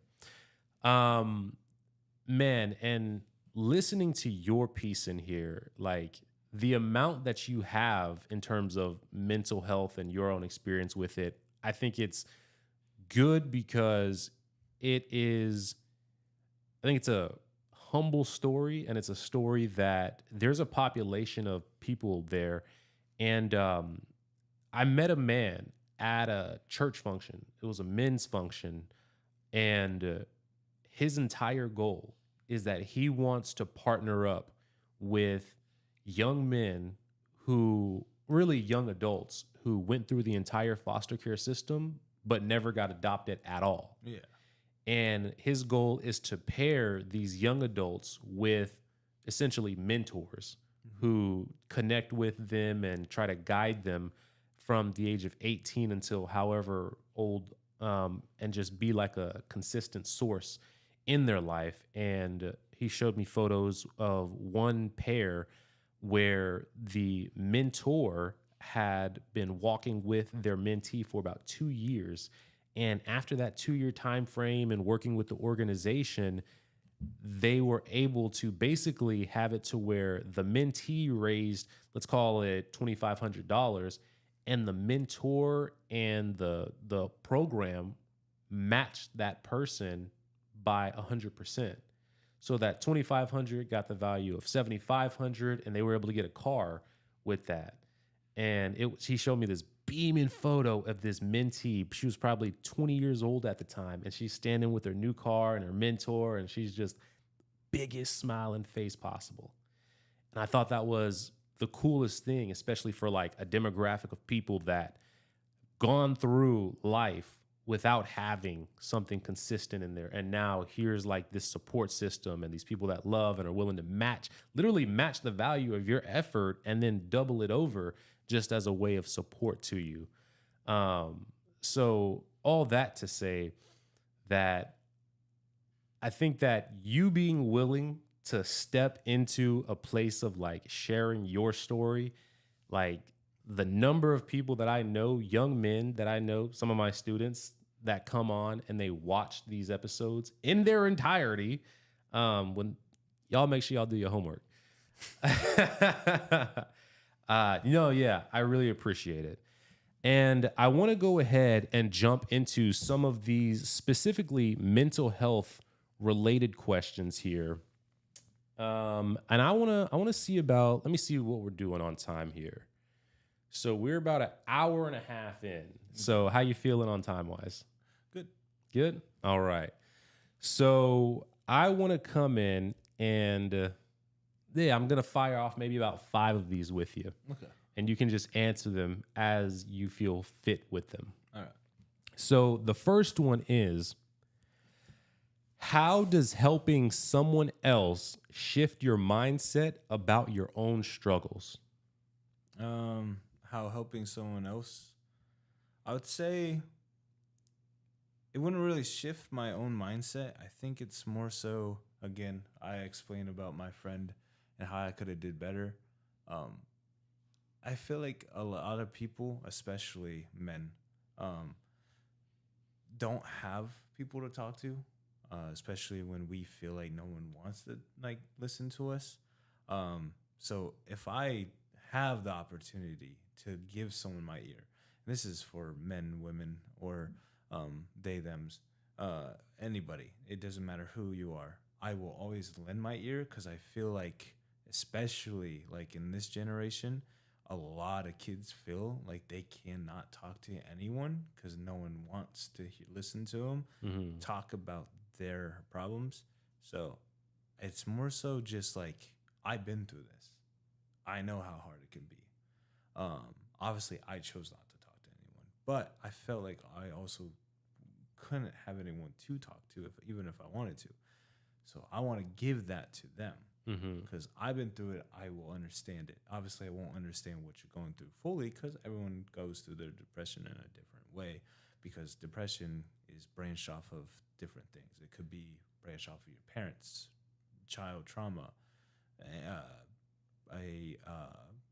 an SA or whatever. It could be anything. But I can understand like where you're coming from, of like how it feels, wanting to take your life, wanting to end it all. So I don't want them going through the same pain of not having someone to listen, or not having someone listen to you when you need it the most. And this is not a part of the question list, but in terms of, I know that even the night that I picked you up and dropped you off at your spot, I think you had mentioned that you were going to, immediately after the ride, you were going to be getting on the phone because you were going to be talking about some issues that someone you knew was having that night. Yeah. there was, I don't know what happened to her. There was her name was Nyla. She was a trans, but Mm. obviously, trans in this like in this world are kind of not looked as equals. She lived in a family where they tried to understand it, but obviously couldn't. She didn't feel heard or whatever, and she was like really depressed and stuff. So I would offer her my like my ear and stuff and whatnot. And she would come to me for a little bit. It would to the point where like she would call me just randomly. I did tell her not to do that. I don't. That's the one thing I don't think I would accept is just randomly calling me because I could be busy. Mm-hmm. So I let her know, hey, hit me up first before you call. Right. But then one day she kind of just disappeared. And I think what you just mentioned is a big important part with this whole idea and thought of like being an open ear is that sometimes what can happen is people can want to make themselves be an open ear and available to people. And sometimes there are people who don't necessarily understand that that is kind of in the context of proper boundaries. Yeah. So, how have you, maybe from the inception of this thought of wanting to be like an open ear, how have you kind of developed boundaries? Or do you feel like you're still working on that piece of it? Um. So obviously, I give everyone I guess, like, hey, um, obviously I know you're not doing so great, but I'm always here if you want to talk to me. If not, totally fine. Just want to let you know that there's someone that wants to listen to what you have to say. If they come to me, that's fine. If they don't, uh, but if someone does come to me and wants to talk about it, I do not. I have two rules. I will never tell you exactly how to work on it, and then I will never try to fix it for you. Those are two things you need to do yourself. You need to figure out how you're gonna take care of like what you're going through, and you also need to fix yourself. I feel like a lot of people depend on someone else to take care of their issues. That is not how you should do it. You should always be. You should always try to take care of yourself. Fix Mm-hmm. it on your own accord. Do whatever you need to do. Because at the end of the day, if someone else tries to tell you how to live your life, are you gonna enjoy your life? If someone tells you, "Hey, do this, do that," and you do that, I don't think you're gonna enjoy it fully because you're not enjoying it to your free will. You're doing it because someone else told you. So, uh, those are, I guess, my two boundaries. Is I will always listen, and I will always tell you, like you are heard, you're understood, but I will never tell you how to fix it, nor will I ever try to fix it for you. Mm. And so, um, one boundary it also sounds like is like maybe don't call random like, hey, Yeah, let's yeah, yeah. schedule this thing out. Like, we can plan it out. Would you say that's like another accurate one in there? Well, yeah, it's more so just like hit me up first. Because when she called me randomly one day, I was with my friend hanging out and stuff, and I had to literally leave the building to like talk, and I just couldn't. I like in the future. I didn't say it in a mean way. I just said in the future, please like give me a heads up first so I can let you know if I'm available or not. 'Cause, yeah. And that makes sense right there. That makes sense. Yeah. Okay, man. So that seems like pretty fairly open in terms of Yeah. that. In terms of like availability and whatnot. The next one I wanted to ask is what part of creation reminds you most of God's presence and why? Nature. To me, here's the thing. When you're in a building, say you're with like, I don't know, your family or whatever, and you're going through it, right? Sometimes you don't want them like telling you, hey, everything's gonna be okay or whatnot. Sometimes you just need to sit outside, look at the stars, talk to the stars, um, go sit by a tree, read a book, because a tree won't tell you to man up. A tree won't tell you to stop crying. A tree won't try to get you to talk about your emotions. The stars will only listen. They won't tell you how you need to do things. I think God, He's an observer, in my eyes, he put you on this planet, and he's just watching how you do your life. Like, again, he doesn't. Your choices are your choices. He doesn't tell you to choose a path. He's like, he doesn't go, hey, this is your path, take this path. He has a path for you. Obviously, though, it's your job to choose if to go that path that he wants you to go. If you don't go that path, he's not going to hate you for it. He's not going to be upset. Again, he sees a path that you can take that gives you a good life, but if you choose a different one, that's your own free will, your own choices. God is just there to watch how your life pans out and then to listen to you if you ever need it. So I feel like that's how nature is. I rant to the stars all the time. Like, if I have no one else, I look at the stars and I rant. And I guess that's how I could see God at his most presentable, is through nature. Birds chirping in the morning is him talking to you. The wind blowing is him letting you know that he's there. The trees ruffling is him, in the sense, I guess, letting you know, like, he's listening. There was one time where no wind. Here's the thing. Again, I do believe that there's someone that watches over us. It could be God. It could be anything. Again, I don't know. But there was one time where I was sitting next to a tree, and I was. This was after, I think, a fight with my parents. I was sitting there, and I was ranting, and then there was a point of, like, I got quiet because I was like, "What the heck?" What? In my head, I was like, "Why am I doing this? Who am I ranting to?" And all of a sudden, it was a non-windy day. I was ranting there for like 20, 30 minutes, not one gust of wind. All of a sudden, I just hear like a wind blows, and I hear like the ruffle of the leaves. So, in my sense, that's God listening. He's like, continue. I'm still listening. Wow. That's awesome. No, I think that's a great conception of it. The idea of the stars being what listen to you, and that's kind of like how you see God in that.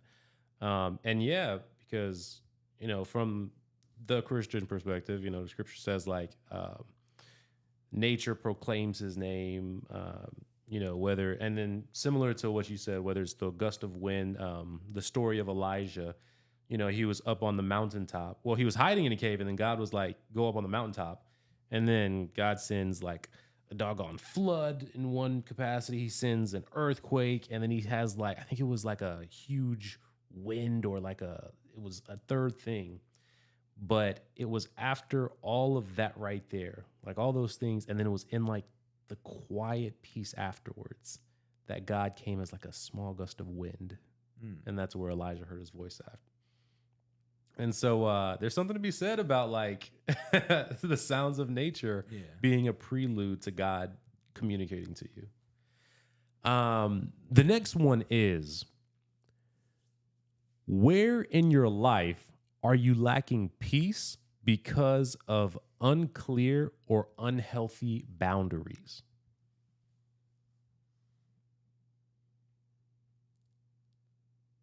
I'd say that one's hard. I'd say one of the things I said about being kind is allowing yourself to hold your hand out to people that would not do it back to you. I think being too nice is an unhealthy boundary. I feel like I need to work on knowing when to close my heart out to certain people that don't deserve it.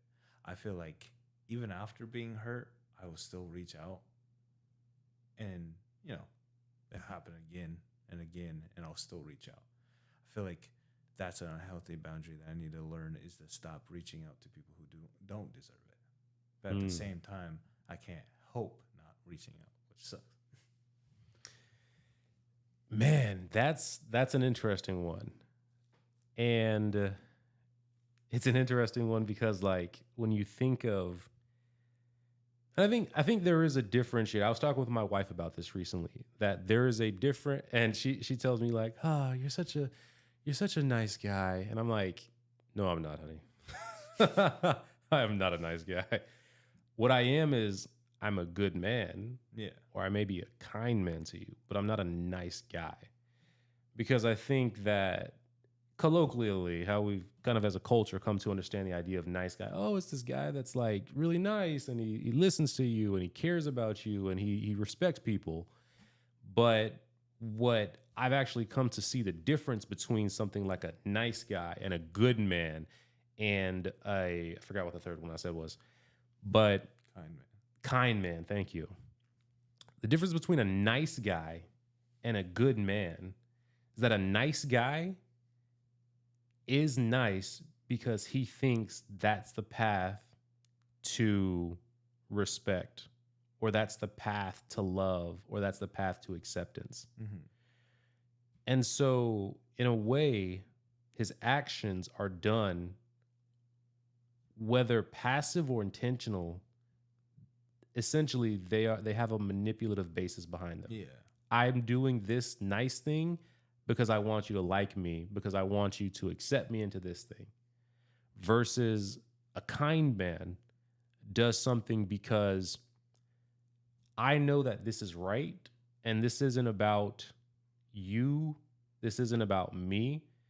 This is about, well, maybe you could say in a way it is about you. Maybe it's about knowing who you are as a man and then having the follow through in terms of the behavior of how you behave towards others. So for example, I'd like to think of myself as a mentor to different people. However, in that capacity, I would say if I am a mentor or leader to different people, I need to be able to experience these people when they're not at their best, maybe when they're outright disrespectful to me, maybe when they are outright out of bounds in their behavior. And I need to be able to, one, firmly call out what that poor behavior is. It helps no one when you don't call it out or when you just pacify it. You need to be able to call it out firmly, but can I do that in a way that is both firm but also fair at the same time? Yeah.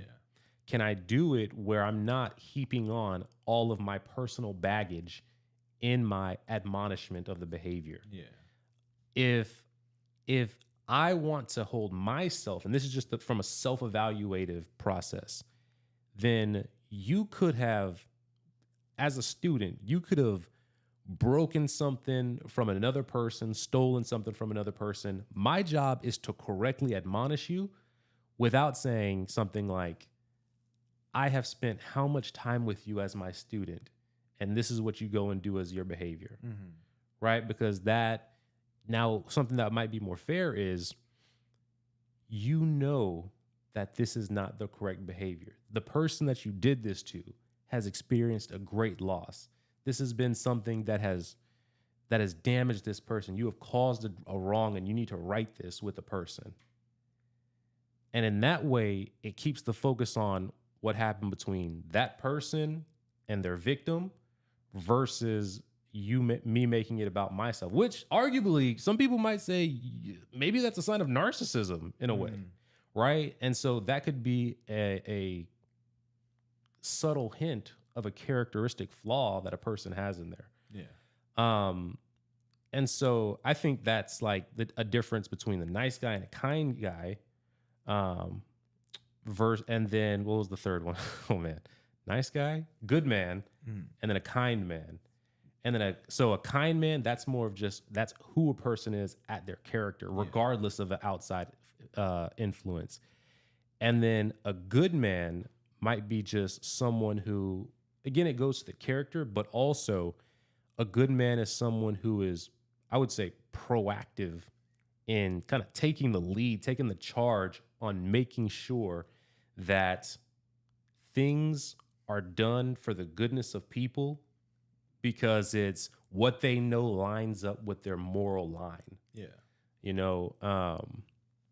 And so I guess maybe, and this is just something I like to do with my guests because I figure this is what we do here as Men Together. If you find that as a kind man that you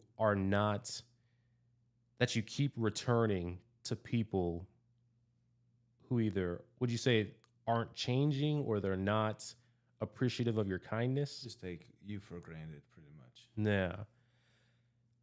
I guess a challenge I would give to you is, are you being kind to them for the sake of that's who you are, or are you being kind to them with the hope and expectation that they will change their ways and reciprocate to you in some form? I think for me, it's like I'm kind to them because uh, a lot of times, well, usually I'm kind to everyone, but I think it's more of the fact that the reason why I'm so kind to people who don't deserve it is because I think I see their faults, but at the same time, why was I friends with them in the first place? Because I saw the good and stuff. Hmm. So I feel like the reason why I'm always kind to someone is because I don't, I guess, look at them as their faults. So I'm like, okay, well, he's a little on the edgy side, or oh, he's a little more of I take your advice, but I won't do nothing about it type person. But I'll still come to you for advice, kind of thing. Like, okay, he does that, but at the same time, he's still a good person, and he's still and stuff. And it's just like I still want to like help and stuff, I guess, in a sense. So I think I am just kind to people that I feel like deserved to have that kindness, but just don't know themselves enough to accept that kindness. So I feel like if I continue showing them kindness, they'll learn to accept the kindness instead of taking it for granted, I guess. So Yeah, and I mean to be fair, like there is something to be said. The biblical version of that is, for example, like let's say I'm kind to a random person and then I never see them again, but I said, "Hey, man, Jesus loves you," and I did something kind for them, and then 2 years later, somebody else does something nice, and they say, "Hey, Jesus loves you," and then 10 years later, this person is at a certain place in life and they meet somebody who's like a ball of energy and they're like, "Yeah, man, I just love Jesus, da da da da da." Like my version of that is like, oh, there were seeds planted for the past 10 years that showed this person what kindness looks like without any strings attached, because for 10 years, every 2 years, people did something nice and they just said, "Hey, Jesus loves you." And then here's this random person who's got all of this kindness and they're so happy and they're loving life and they've got these things they're dealing with, but they do it with like a spirit of joy. yeah, And the common factor I'm seeing is this Jesus thing. And so, you know what? I'll go ahead. I'll try this thing out. I'm gonna normally my habit is to do ABC, but you know what? I'm gonna try JES. And that's where kind of a life transformation happens, hopefully, or a conversion story of some sort, or just something that indicates like a radical transformation of what a person was doing typically versus them deciding of their own volition. You know what? I've seen enough evidence throughout the past 10 years, and now this person representing it, let me go ahead and give it a genuine shot now. And it sounds like that's essentially what you're trying to do. You're trying to like continue to give something positive to a person, and hopefully one day they just decide like, you know what, I'm ready to give it a shot. I've been getting good advice from Preston for the past 2 years. Maybe I should listen to dude now. Like he's hitting certain milestones in life. He's like excited about things. He's a kind dude. He's a good man. Let me give it a shot. Well, yeah. I do have a saying, which was funny when you said when you had a conversation with your wife and you're like, "I'm not a nice guy." I also view it that way, but I have a saying where it's, "I'm not a nice guy, but I'm kind, but I'm never nice. I have a tainted heart that is just trying to find a second chance in life." Oh. I think that's a beautiful saying, man. And I think that reflects the position of a lot of men. Yeah. And I would say it's always been a thing, but especially in modern world where so many young men, this is a stat that I heard recently, blew my mind. 97% of boys that are 13 or older have been exposed to pornography in some fashion. Yeah. Whether it's the Playboy magazines, whether it's a film, an image, 97%. And I think about that, and I mean, you said it, the tainted heart. Mm-hmm. I'm a tainted heart looking for a second chance. And I think my response to that thought, that's why at a certain point in life, I looked at the Jesus direction, is because I'm like, I suck. I went through 26 years of my life thinking I was a good person, and I was, I was a good older brother, and I was a good son, and I tried to respect my parents, and I tried to be a good boyfriend. And I ended up disrespecting my mother at a certain point. I ended up not being present for my brothers at a certain point in life. I ended up disrespecting my then girlfriend at the time. And I'm like, I failed in every single metric that I used to hold as like my standard. Like, what is the value of me anymore? I failed it. And the Jesus thing was just a place for me to say, you know what? You failed it, but do you truly understand why? And I had to be like, oh, I don't understand why, but you know what? I'm going to take my time with it. And I'm going to give it a shot, looking through the principles to understand why and see if it lines up with the reality that I lived. And very quickly, I found out, oh, yeah, 100%. There's rules on these things that are actually relevant. Yeah. So I think we've got two more in relation with this mental health stuff. And Microsoft Word is being goofy with me, so it's loading something. Next up, what part of your story could be a source of healing or hope for someone else right now? That even the most broken people can find the right path. Pretty much. Like, again, I was rock bottom. I'm minute out from being hit by a train. Lived with not the greatest family, stuff like that. And here I am now. 2 years ago, moved to Florida. Went through a breakup. Was by myself for almost a year. Got another relationship. Was pretty bad. I promise this is going to go up. Was not the greatest relationship. Got out of that relationship. And now I think I'm at the best part of my life. I'm happy with myself. There used to be, I'm obviously, shirt, I'm a big guy, the whole shirt thing. If you're a big guy, you'll understand. But I get it. but like, I can literally, like, I'll be at home, I can have my shirt off and look in the mirror, be fine with myself and stuff. I have a good paying job.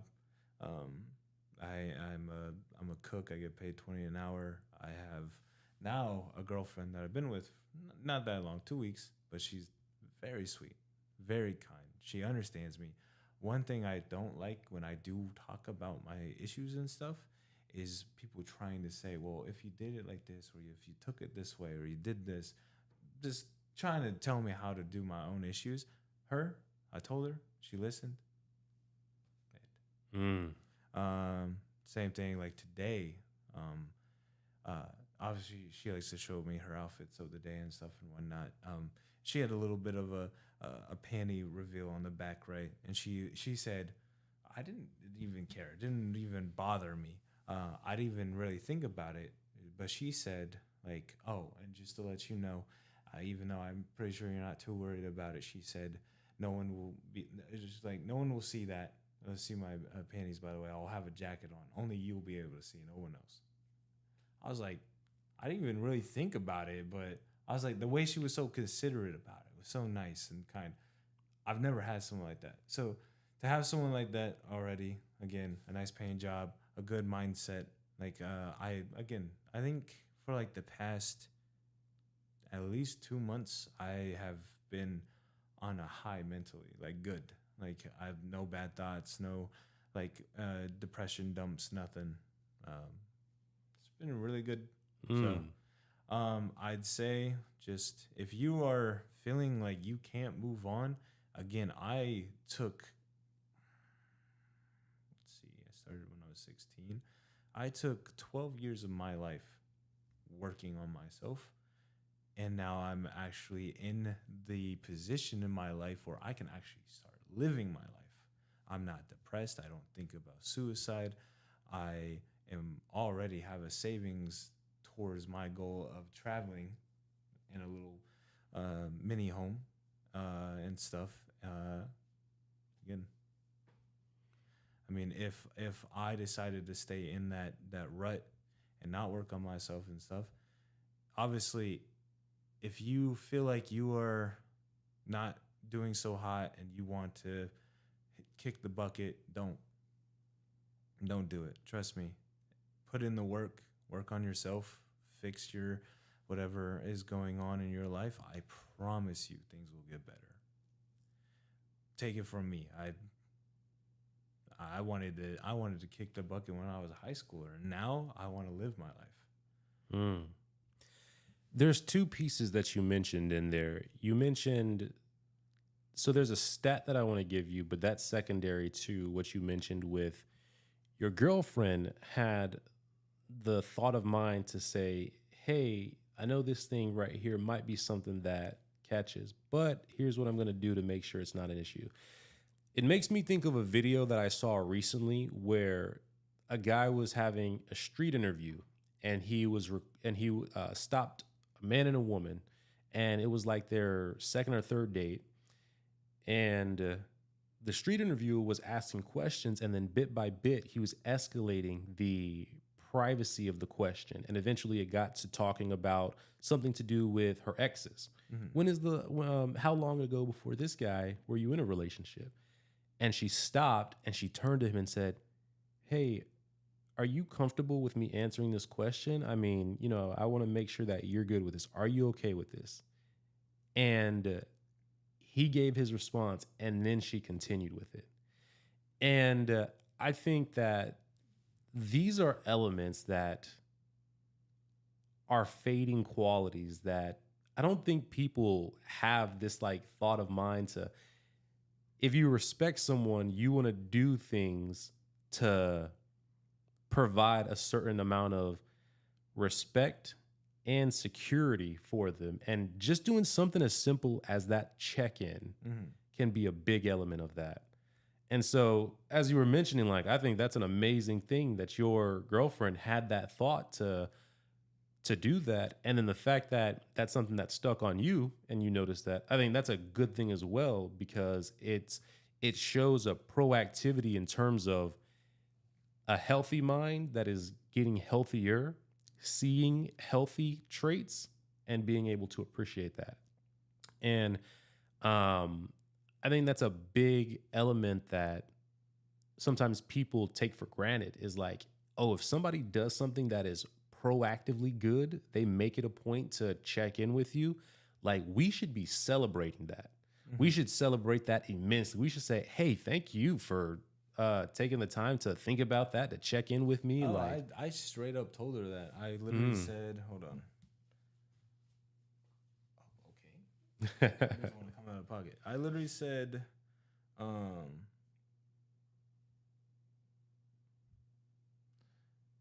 when she did that earlier, I said, you are just the sweetest girlfriend ever. That was so considerate to let me know that. That's fantastic, man. And that's big, because, like, one thing that I learned with my now wife when we were dating, like, the thing that let me know that I wanted her to be my wife was that on the second date, she noticed from the first date that we had that my eyes were watering up and they were getting dry and all that. And so on our second date, she shows up with a napkin, some Kleenex, like 3 packs of Kleenexes, and a bottle of eye drops. And I'm like, who the heck does this right here, But it's these little gestures that they do that throughout the years, if you notice them, then it's just that little piece that says, oh, you still see what I'm doing. You see the effort. One, it encourages them to continue to do it. But two, it makes it feel like, oh, my effort isn't going wasted in vain.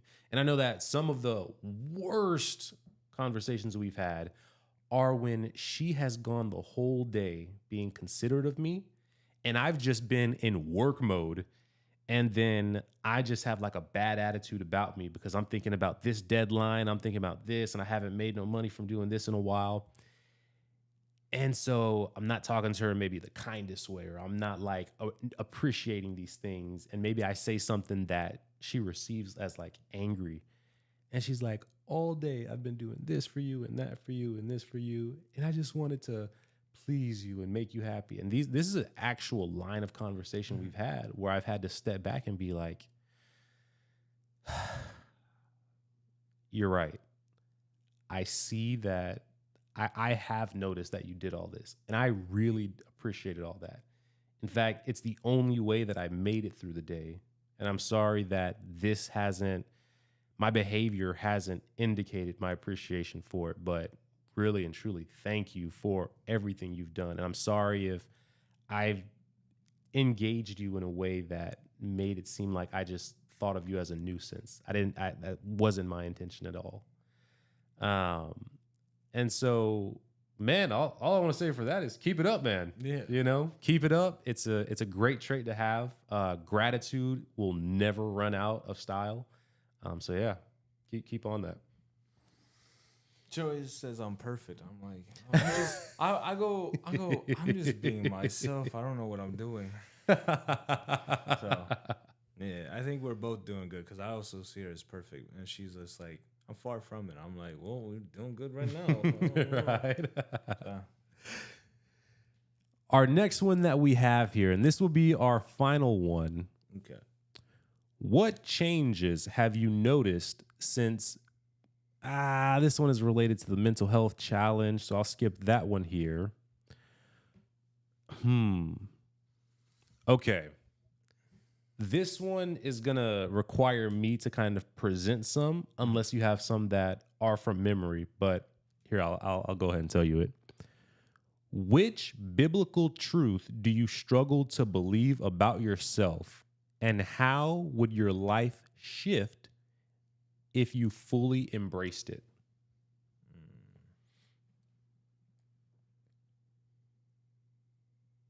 I'd say biblically, I've told you I have a hard time fully putting faith in God. I feel like if I did, again, I know physically I will never be able to because, again, my brain is just too complicated to be able to do it. But I feel like if I could fully put faith into something, I don't fully believe in anything, even reincarnation. Is there more logical facts and knowledge behind reincarnation? Yeah. Then that's why I put more of it towards that. Plus, I just want to be a sea turtle. But if I could fully put myself into, like, it doesn't even have to be God, but fully believe in something, I feel like my mind would be more at ease and peace if I could do it. But sadly, my brain is too complicated and overthinks about everything and is always on the edge of a teeter-totter of not knowing what it wants to do. But if I could fully put my belief in God, I feel like my brain would be more at peace of. Well, let me so it's one biblical truth. Meaning, so there are several truths that the Bible proclaims. For example, the Bible proclaims the truth that Jesus Christ is the Son of God who came down to be on earth, lived a perfect life, sinless, died on a cross in order to cover all of our sins so that we could have a way to get back to the Father. Another biblical truth is something like the greatest commandment is to love God with all our heart and then love our neighbor, love one another. So in terms of like some of these different elements, and there are several biblical truths. I just named some of the biggest ones out there, but so I guess it would be one principle from the Bible that it claims as true. Another one is like, God will send all of his believers a Holy Spirit that will be the comforter that'll give them joy, peace, love, gentleness, kindness, self-control, patience. Mm,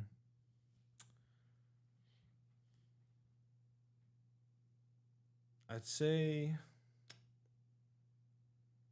oh man, I don't know. What's his name? What's the It starts with an M. I forget his Moses? name. No, he's an angel. He's one of God's sons. Oh, one of the ones that came down and like gave a message to someone. Yeah, it starts. What's his name? Not Malachi. I think that's a figure in the Bible. He's the controller of dreams, the controller of dreams. or he's like Sandman, I guess. He's the one that gives you dreams and like monitors nightmares and stuff. Huh. I don't know of a figure like that. I can here. I'll Google it really quickly. I think I might be thinking it wrong, but I think it's, Maybe a different religion, possibly. it should be. Angel from God, who gives you dreams.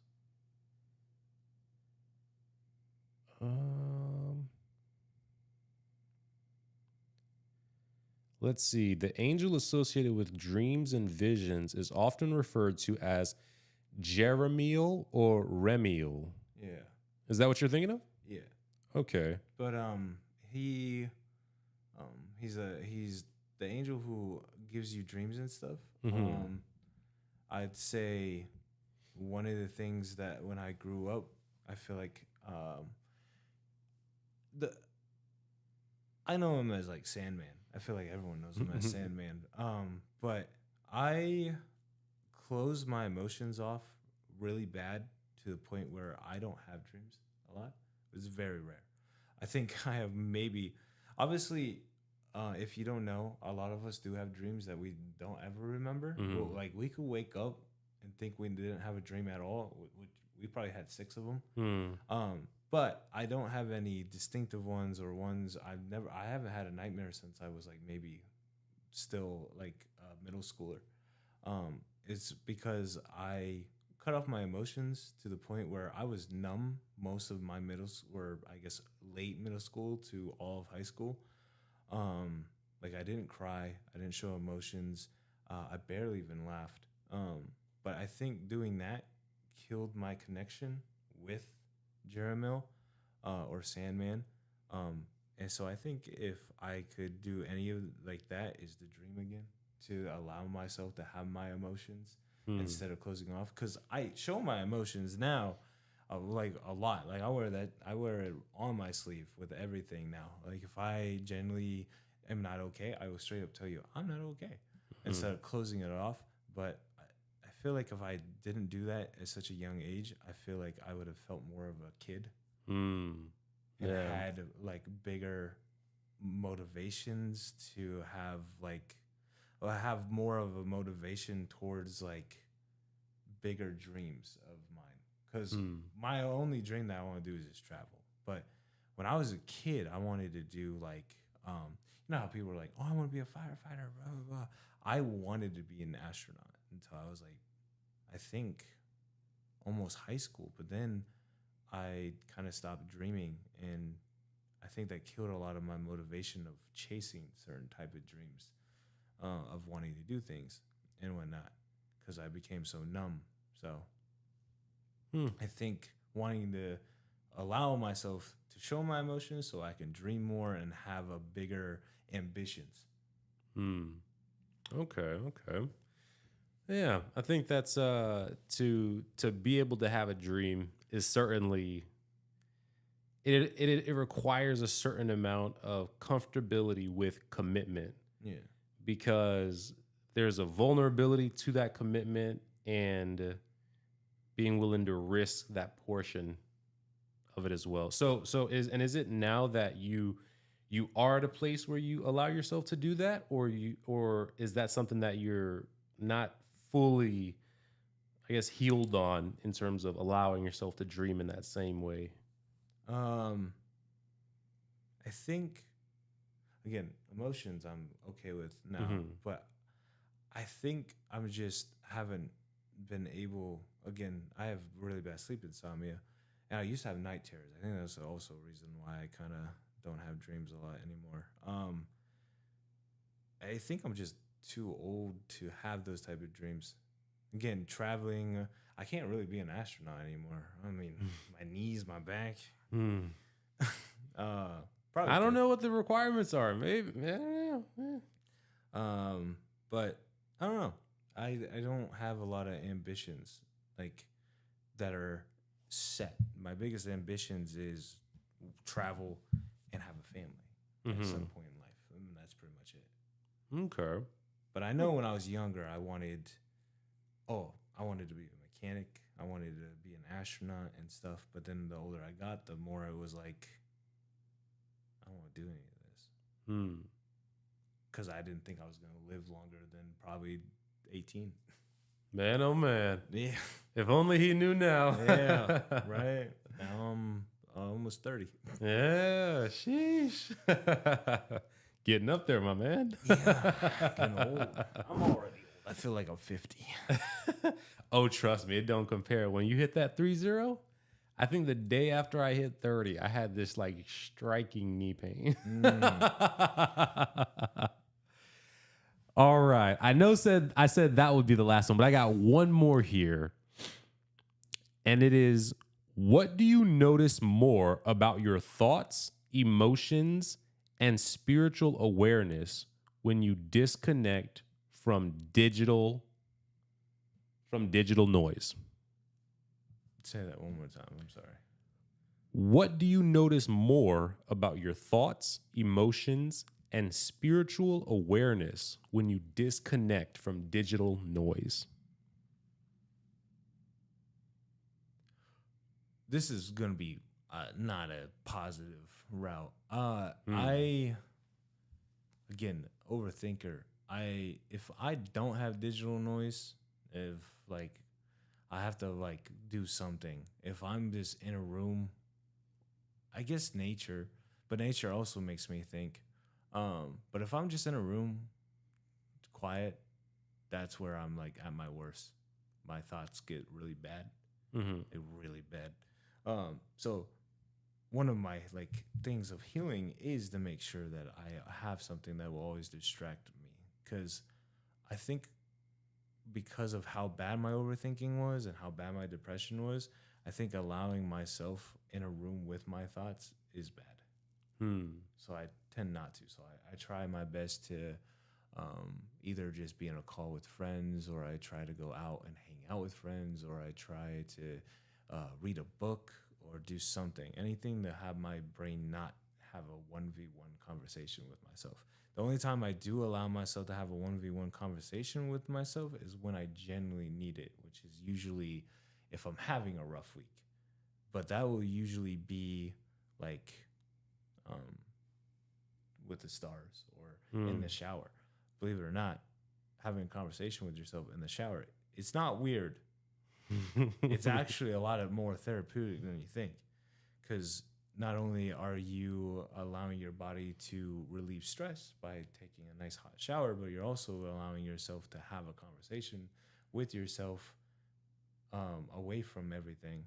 I don't know. Most of the time, if I need a rant, I'll take a shower and I'll rant to myself on why I'm having such a rough week. And then, believe it or not, I will be a lot more stress relieved after the shower. I don't know if this has ever been created. I feel like I created this. I'm gonna be selfish and say I created this. Have you ever had a rain shower? You mean, depends on what you mean by that. Okay. So take a normal shower, do your normal body washing, hair washing, but plug your tub, let that tub fill up while you're doing that. And when you're done, you should have at least, I don't know how long you take your showers, but you should at least have like half a tub of water. Yes, it's dirty. I get it. But lay in it. But the moment you lay in it, don't turn off your shower. Turn your shower to lukewarm, like rain, like temperature. Lay there. Turn off the lights. Play some music. Light up a candle. Do whatever makes you relaxed. Let that water hit you in the face while you have your eyes closed, listening to like some nature sounds or your favorite, I guess, artist Drake. I don't know, whoever you like listening to, and then just relax for like 30 minutes to an hour. Obviously, don't let your tub overflow, but I promise you, afterwards, it will feel so nice. I did this like I think 4 years ago, 5 years ago, and I only do it when my anxiety's high, my body's tired, and all that. After you do that, you feel so relieved. Do it. Trust me. I had a question in terms of with this answer here. Do you think there could be any connection between the displeasure of being in a room with your own thoughts and the like having the sense of being able to dream? I think there is a connection, yeah, because I think, again, night terrors, because of the like trauma I had as a kid, seeing certain things and whatnot. I think the only time I would ever dream was if I had night terrors, and I think it's, again, my thoughts are all a lot based off of like my own self image and stuff, and my own self-worth. So I think just in a sense it's connected of like I don't want to experience it or I don't want to have to deal with it. So I think my brain puts up a protection barrier. So again, if I need like the protection barrier for like being alone with myself is digital stuff, like, or not even digital stuff, like physical stuff too, like going and running. I used to do track. I was actually went to state junior and senior year, but that was like my I guess physical distraction was to run a lot. But then I became fat, so I don't run a lot no more. No, I'm kidding. But then it became like games or books. Books in high school were my best friends. I was a loner in high school. I was a unwanted popular kid that wanted to be alone but couldn't be alone, so the library became my best friend. During like lunch, I would go in there and eat my food and read like a book. And that's when I learned I love reading books. So that is something I do. Like if I don't want to play games, or if I don't want to hang out with friends, or if I don't want to do any of that, but at the same time I want to be alone but not with my thoughts, I'll read a book and throw myself in a fantasy world. But I guess that's my protection wall that my brain creates for thoughts. And I think for a protection wall when it comes to dreaming, so I don't have to go through night terrors or have nightmares that could cause like a trauma response or whatever. I think my brain has created a barrier to disconnect me from the Sandman or Jamil. What was his name? Jeremiel? Jeremiel, yeah. Okay. Because no. Like I said, I will dream, but there's really I don't know how much you believe in like spiritual, but sometimes I see them as good or bad omens because they're super realistic. There was one time where one of them actually came true. I was talking to this girl. We were like friends with benefits. We weren't really together, but I started liking her. And in my dream, obviously you don't know what you're saying in your dreams, but I was texting her. We were texting back, and she cut me off completely, saying something like she didn't want to do this no more. I wake up and I thought it was real. I looked at my phone, nothing. I'm like, okay, cool. But I had this weird thing setting in my chest after that.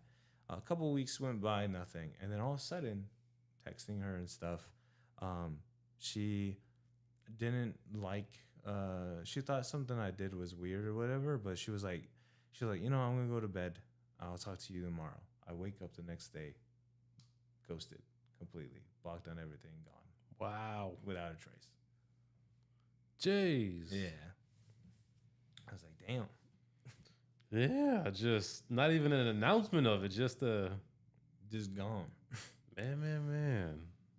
That is the 2025 behavior, huh? Well, I guess this was back in Oh, this was like 6 years ago, 5 years ago. yeah. This was a while ago. Wow, even pre-COVID. But Yeah. I think it was because she had commitment issues. And I think she started liking me, but then got scared and made something up for her to dip. Well, sounds like one way or another you were spared a more severe kind of result in there. So most of the time, if I do have dreams, they're pretty realistic to the point where I don't really see them as dreams. I see them as a warning sign of a potential, path that I might take. Man, I'm gonna be honest, man. I think returning to the scripture would do a lot for you. Like listening to you, something that is a recurring theme is people always say God communicates through nature and through visions. Yeah. And from the sounds of it, your best conversations with the stars, hearing God in the wind and whatnot, like having these dreams that are significant, so in a sense, like even prophetic in a way. I think the scriptures would have a lot for you, man. Yeah. Yeah, my night terrors were the worst. I'll give you one that I had for months straight. Imagine being able to see yourself from behind. Say I was standing right here and I could see myself hitting this, but imagine you ripping your face off. Again, I really hate it. I'm very insecure about myself. So imagine ripping your face off when watching like you doing that. Yeah. But you could feel the pain. Like, but you're not sitting there, but you could feel the burning in your face. And then imagine waking up to that sweating and stuff. Yeah. And I had that for a whole month straight. No, man. Because I was very insecure in high school about my looks. And my night terrors would remind me of how insecure I was about them. So, what do you think of this truth? I'd be curious if this is something that you believe now. This is a biblical truth. This is an example of one of those. It is the idea that we are all made in the image of God.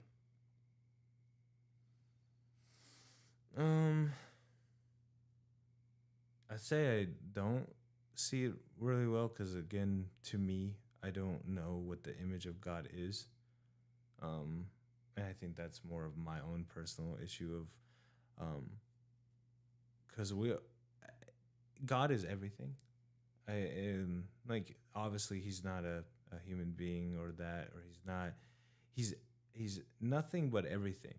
So he could be this table and this mic, but at the same time, he won't be that keyboard or the headphones, or he could be that cup or the water inside the cup, or both.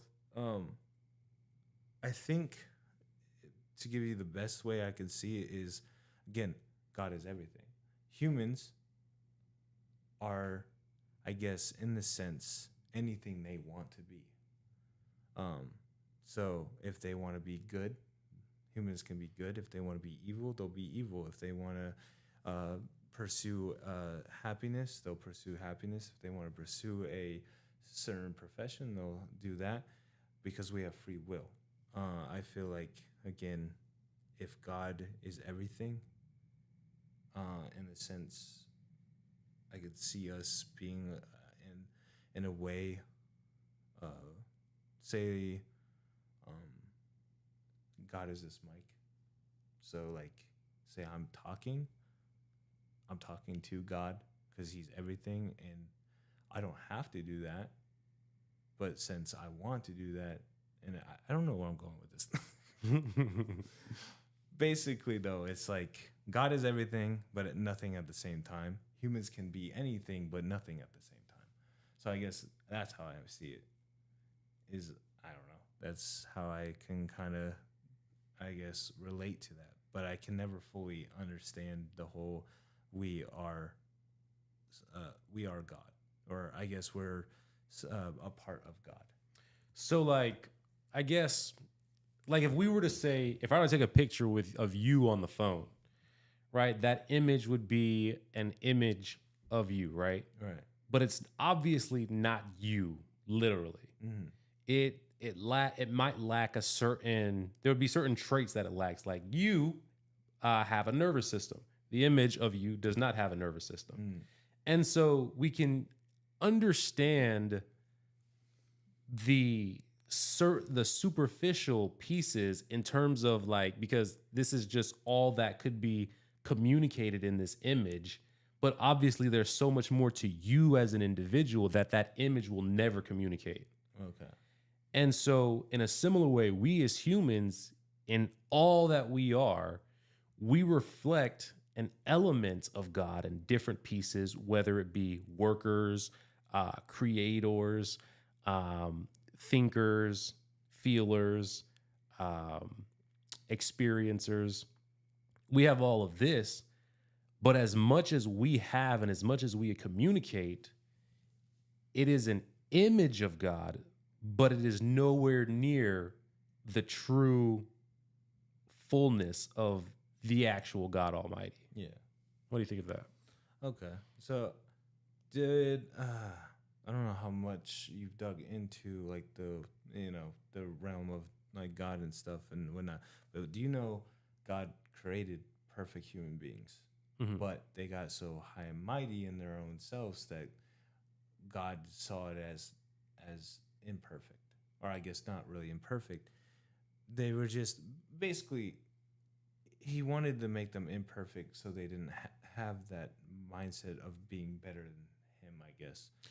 Now, is this coming from like the Gnostic belief of God within Christianity? I have no idea. Okay. I remember someone telling me this, but basically Because so there's a form of Gnosticism that says, or maybe it's not even Gnosticism. I won't even pretend like I really know it that well, but there is a version that it basically insinuates that God needed to throw people off so that way they didn't try to usurp him, basically. yeah.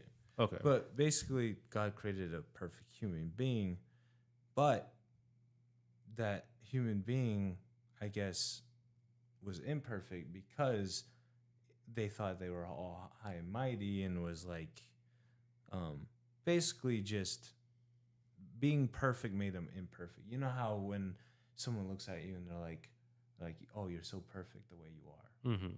You are. What makes you you?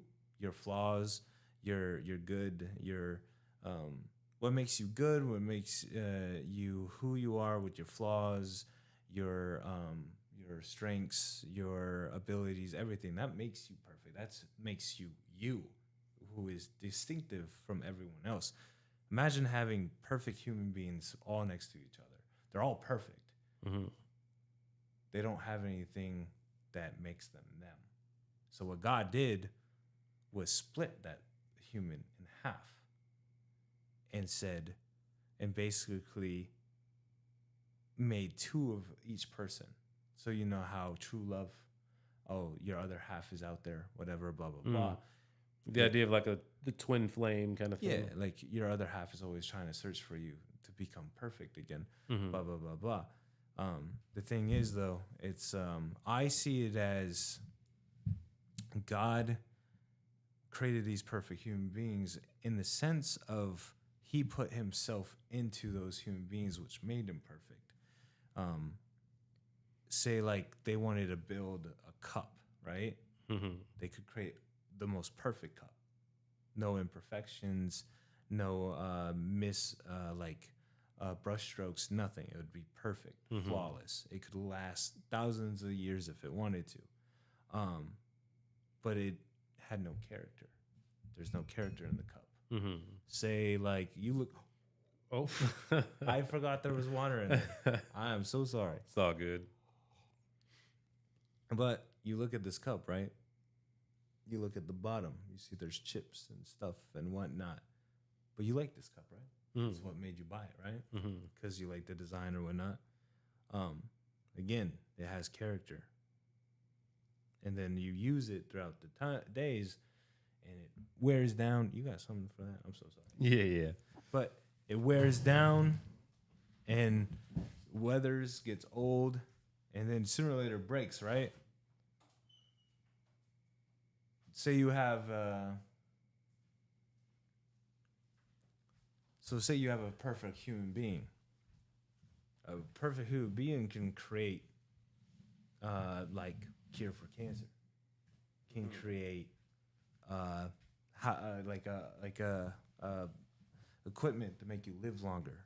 Hell, if they wanted to, they could probably create a whole mechanic that makes you live forever.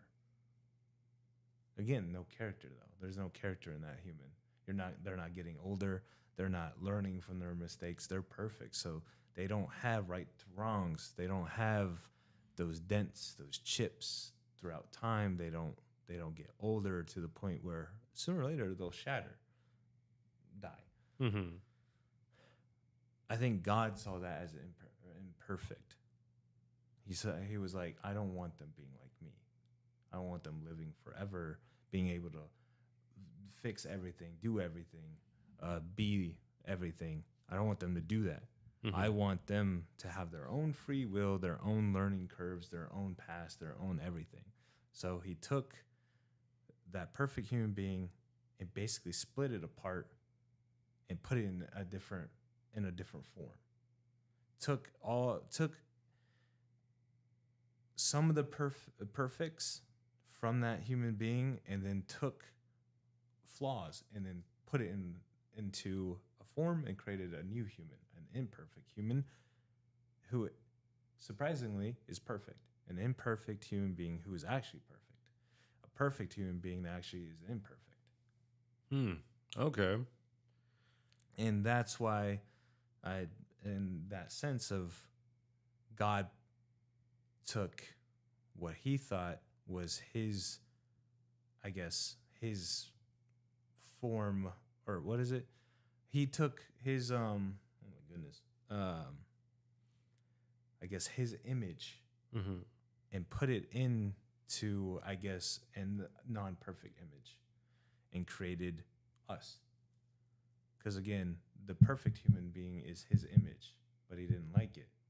So he took a little bit of that and put it into something that isn't so imperfect. And now it created a perfect human being who has flaws, who can wither away after time, who goes through experiences, and those experiences creates chips and scratches and stuff and creates, a cup that you love, I guess, if that makes sense. I don't know if I did that right. I'm really bad at explaining things, so hopefully that made sense. I do get you.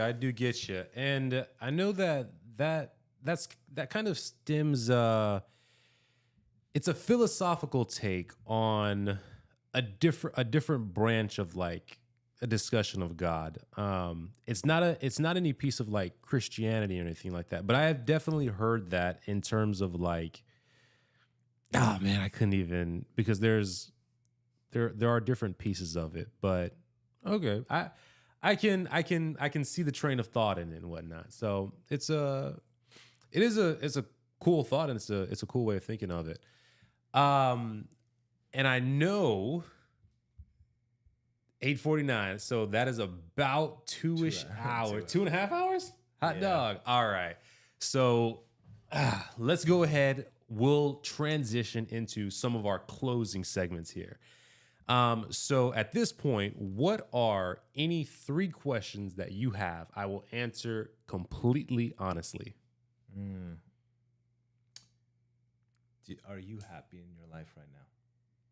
Am I happy in my life right now? Where you're at right now, do you think that you yourself have done what you can do to make yourself as happy as you can currently?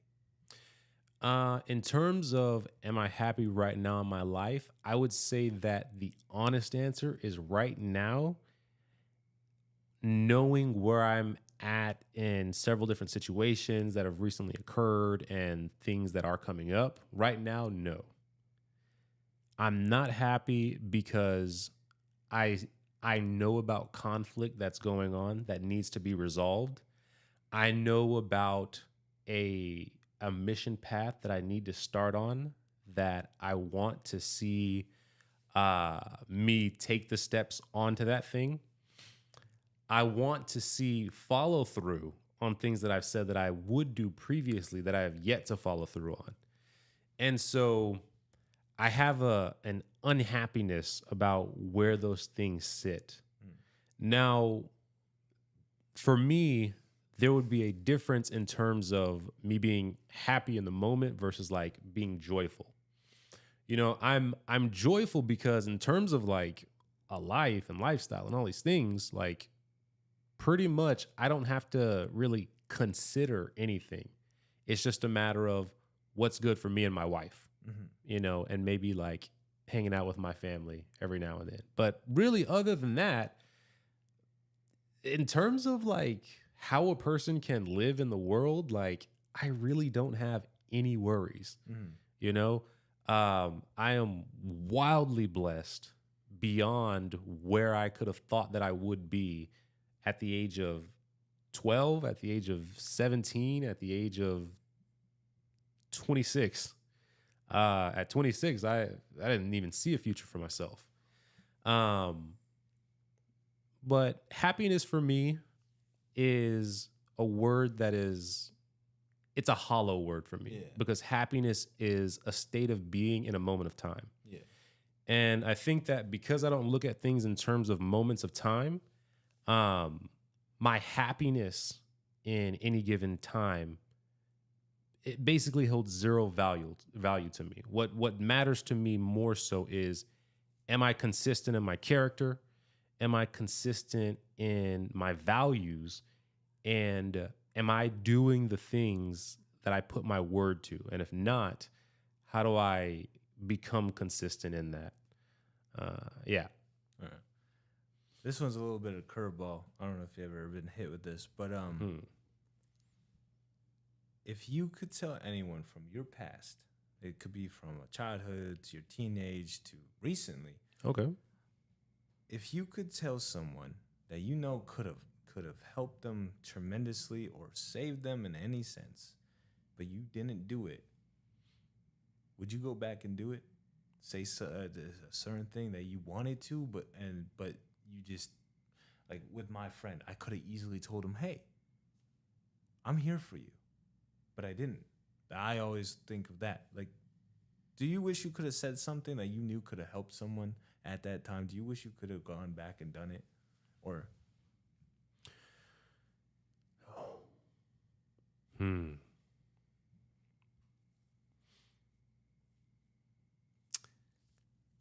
It's a tricky one there because I can think of several occasions where that's happened. Yeah. And I know how vital that moment was to radically transforming the person that I became. And I'm sure you would say the same thing. And so essentially it becomes a battle of, is a life lesson for me and a total shift of who I am, is that worth a person's life?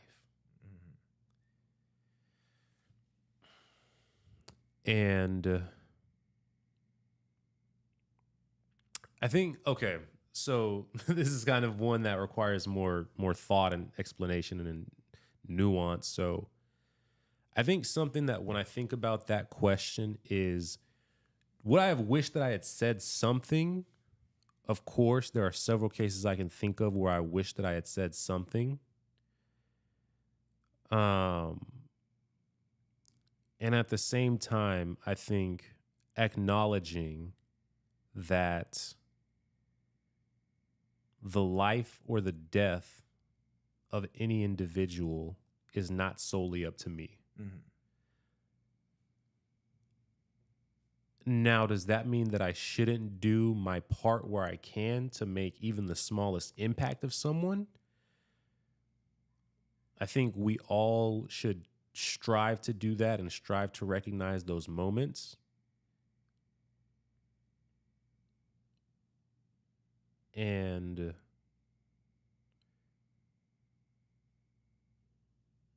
I think Yeah, when I think about it, I don't think that there's any reason why I wouldn't go back and say something, Mm-hmm. because like I try and think, if I do go back and I say something and the person still does it, well, does my next thought become I should have done more? Mm-hmm. Does my next thought become, oh, I should have told somebody? Oh, I should have showed up more? Like where does it end in terms of me having, like, me putting the blame on myself? Yeah. And I think at a certain point I realize I have a limited capacity to affect any individual person. To some people, you could radically shift what they do going forward. And for some people, you're just a blip in their life. Mm-hmm. And so it's really hard to attribute me and my piece and like how I would have continued to think going down that path. It's really hard to think about because you just never know what else a person was going through that made them continue down that road. I think about, like, for example, a girlfriend I had at the time, Mm-hmm. and we had just started dating. She was all excited, and one day she come up to me to give me a hug, and I completely curved her. Mm. Acted like I didn't know her, acted like I didn't hear her, and I knew that she ended up crying. Mm-hmm. Her friend later comes up to me and she's like, yeah, she doesn't want to talk to you anymore because you were mean to her. Mm. I even went up to this friend's house one day, knocked on the door to try to make amends, and they were like, yeah, she still doesn't want to talk to you. And later on, we ended up talking in the future, and she goes, why did you do that?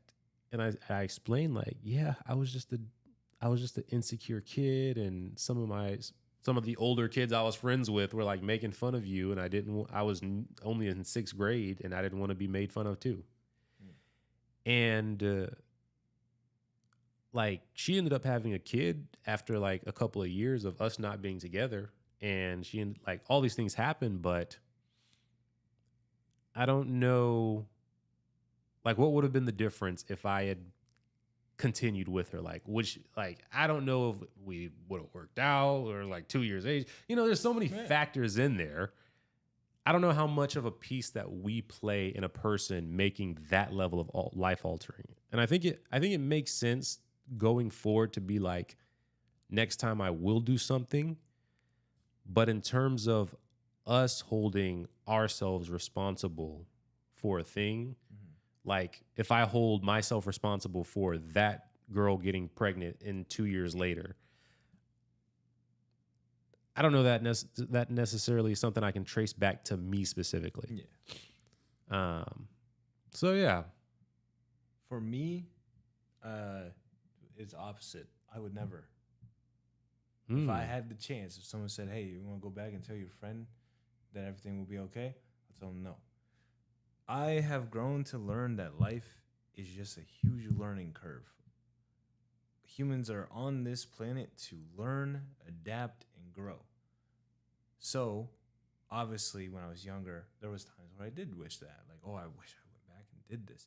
But when I got older, you learn from your mistakes. You learn from your errors. You learn from your ways. You learn from the wrongs you did and the good that you have started doing. You learn everything. Everything is just kind of just like a knowledge, just a knowledge like journey. I have learned that I've learned from my mistake of I should have talked to him, and now when I do see people needing help, I talk to them, and stuff like that. Same thing with, like, I've had things with my exes where my insecurities have gotten in the way. I have learned to now communicate better, going like, well, if I feel like this, if I'm doing this to you, I'm sorry. There are times where I do get insecure. You just learn from your ways. So I don't think I would ever, if someone gave me the chance to go back to do anything, I'll say no. Because then, what if I did that? Oh, hey, like, you're all right, man. Come talk to me and stuff, blah, blah, blah. What if I did that? say I did save his life, but now I've lost a part of who I am now from say I did that, and now I feel like I don't need to say, hey, I'm here for you, talk. So now I just lost that little piece. Mm-hmm. Say it kind of like the butterfly effect. 100%. Yeah, say like you go back and save JFK, right? Mm-hmm. Oh, now the whole future Oh, yeah. is switched up. So it's the same thing there. It's like if you try to do something that you didn't do, try to do something that you wish you did in the past. Say you did go back and do that, and now you don't even know who you are now. Mm-hmm. Could be different. Hell, you could have gone. You could have became a better person, or you could have become a worse person. It's kind of like changing your future. Absolutely. So 100%. Yeah. And I guess the last question is, if you could talk to your 12-year-old self again, and you had one piece of knowledge that you could give him, what would it be? This is one that I have interacted with on social media a lot. And for me, it would be take God seriously. Like I can think of hearts that would not have been broken. I can think of promises that would have been kept, relationships with family members that would be healthier. Man, I can think of so much that would have gone so much better if I had taken God as seriously as a kid as I do now. Yeah. Because man, when you are taking God seriously and you're studying on a regular basis and you're putting into practice the things that you're learning about it and you're doing it consistently, dude, it makes a change. You know, when I met my wife and still in the dating stage, that was only about 8 months, maybe 9 months following me having been like at the bottom of the barrel in my life, like being like literally going on Google and being like, what's the most painless way to end it? And luckily on Google, they don't give you options. They give you helplines and whatnot. And to think that from that place to being healthy enough to attract someone like the woman I'm married to now, to be able to do that in a 9-month time span, like, you know, I did therapy and all that jazz, but after a while, the therapy for the first like 2 months, it was so good because for the first 2 to 3 months, I felt like I just needed someone who would listen because I had exhausted all the people and nobody else wanted to give me an ear. But then all she was just like a echo room. And I was like, give me something back here. Like, give me some unique thoughts, you know? Not saying that would be your experience with it, you know? But I didn't just need constant listening and constant echoing back. I wanted something that challenged me, something that would change me, something that would push me to be better than who I was before. And not by just some arbitrary standard of like what the culture was doing. I wanted something that I could look at generations of people who believed in a thing and say, that's what I want. You know, I thought about like couples that I knew who had been together for like 60 years, 50 years. And I didn't know any people who had been together that long except people who were in a faith. And I said to myself, that's what I want. And I need to prepare because I lost something that should have been that. And so I'm going to put myself in this boot camp and be ready. And wouldn't you know it, 9 months later, I wasn't fully ready yet. I still had a lot of pieces that needed to be worked out, but I was healthy enough from that boot camp to attract her. And then bit by bit, we melded and chipped off pieces and fit into each other's lives better. And there was enough common in those core beliefs that we ended up where we are today. And so, yeah, I think if I could have given myself that, like, I think if 9 months of seriousness got me there, dude, if I was doggone from the age of 12 until my first relationship, oh my goodness. Yeah. Mine is very simple. Mine would just be, it's not your fault. Mm.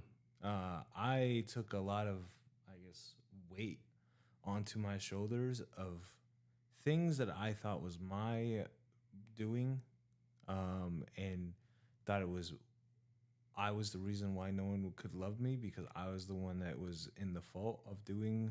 Oh, my ADHD was the reason why they didn't want me around, or me complaining to my mom was the reason why she tried to end my life, or me not, me being like, maybe me not showing my emotions enough is why I push people away. Me getting in fight. I always thought it was my fault for the reason why my life went the way it went. But I think that's the one thing I would say to my like 12-year-old self is it's not your fault. Mm. None of it's your fault. So That's fantastic, man.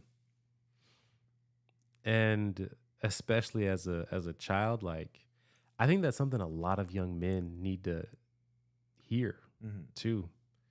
Because a lot of young guys think like, I keep doing this, I'm so bad. Like I can think of several of my students who like come to me like brokenhearted, like I keep doing this thing and I hate it. I keep like why do I keep doing it if I say that I believe in God, for example. And yeah, that's probably one of the most common thread pieces that I give with them is like, dude, this is the experience of being a young man growing up. Like, this is the struggle we take on. And of course, I'm not saying that all of this is like the bad thing that you did is okay, but this is why we get together. We get together, we tell each other what's up, we tell each other the bad thing. And I say, hey, do better, bro. But you're still loved. Regardless of your messed up, I still love you. God still loves you. And so, yes, you need to get better with this, but this doesn't change that you're still loved. yeah, Now move forward with that at the top of your mind and put that guilt to the side because it doesn't serve a purpose for you, me, or God. yeah. Man, this has been some good stuff, dude. I didn't know it was gonna be that long. 3 hours. It's good though. I feel like the longer it goes, the more it's more like immersive. Because I didn't even think that much time went by. When you said the hour and a half, and then you looked at it again, I thought you literally just looked at it, and I was like, "There's no way it's already been another hour." What? Dude, yeah. And something about just like when we like start to have more of the like back and forth and like just trading the ideas, like just, Yeah. Like I definitely feel like we could probably easily cut off the cameras and whatnot and like sit here and like really sit back and just, yeah, thinking this. I feel like that's definitely a vibe.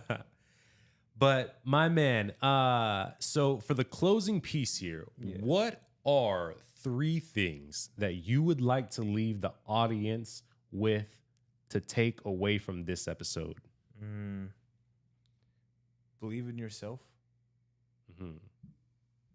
Because if you believe in yourself and you know you can be a better person, or you can do this, or you can do that, I think one of the biggest things for men nowadays is insecurity.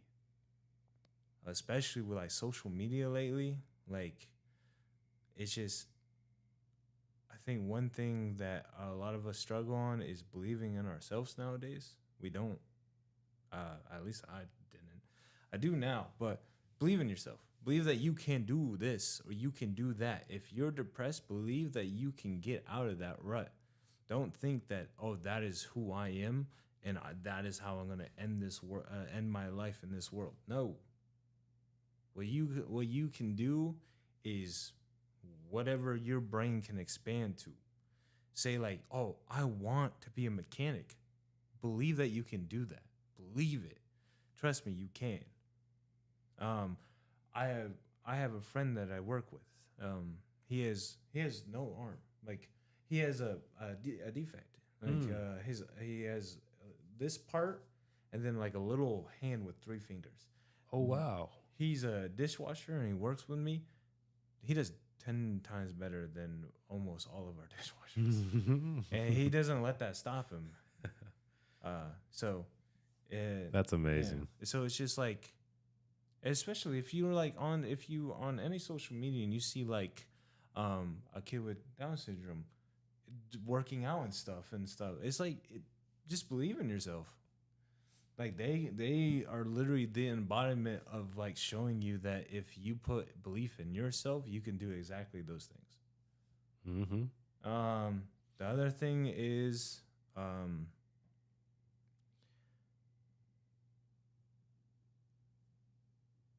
if you see a bottle, do not chase it. Here's the thing. When I was depressed, I saw my depression as a bottle of alcohol.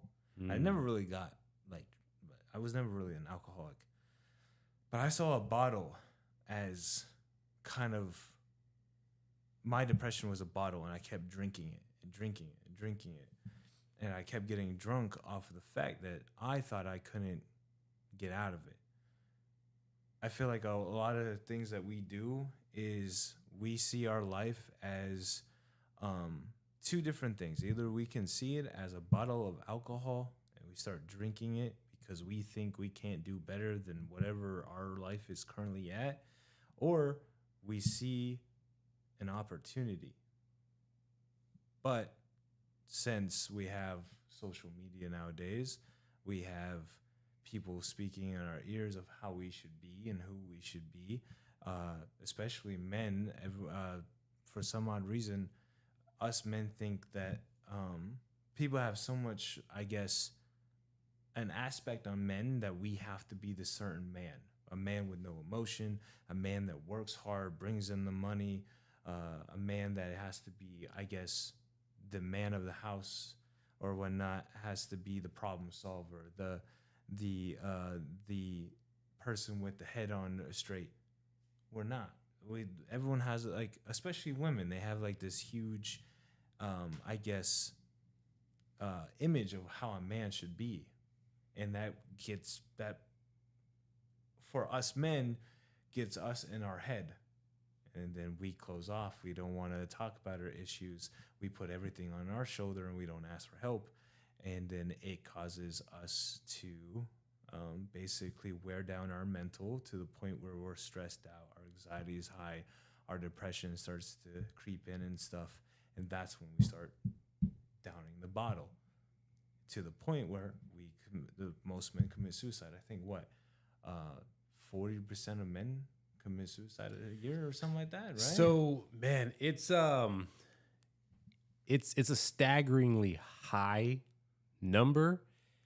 And now this is something that I didn't realize until recently, but within that demographic of men who commit suicide, 40% of that total number is white males. Mm-hmm. In this 2020 plus age, 40% of it is white males. And so that is a whole nother factor there, like a piece of conversation to have around why is that so high? But yeah, continue. But so see that bottle, that alcohol is all those issues that men currently have. Do not chase that bottle. All those insecurities, all those white noises, that is not your path. So do not chase it. Chase the opportunities that you have on the other end. Oh, you want to be a loving father, but you have people over here saying, well, most men go for the milk once a kid's born, or a father can't take care of a kid because they can't even deal with their own emotions, but all this stuff. If you want to be a loving father, do it. If you want to chase a dream of being a musician, but, a man has to be,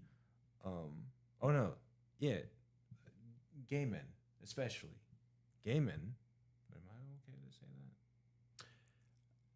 if you're gonna say something positive about them, YouTube is okay with it. If it's Okay. gonna be something negative, It is positive. okay. Like again, man, if like they're like I think probably one of the hardest things that they have to deal with is the fact that they're not masculine.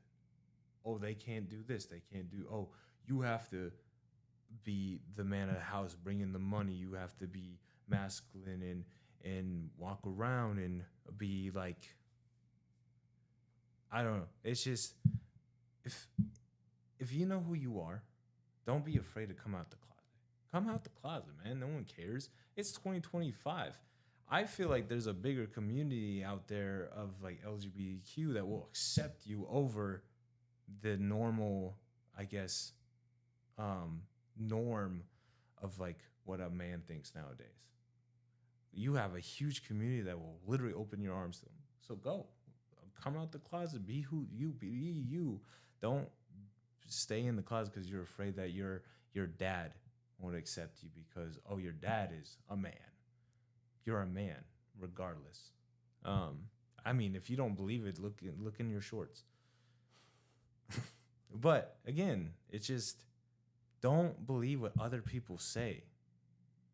It's not gonna help you. Your thoughts are your thoughts. So if you have ambitions that are, I guess, not the norm for most men, it doesn't matter what they think. If you want to do it, do it. Do not chase the bottle in insecurities and thoughts of other people. Because if you do that, then you're stuck.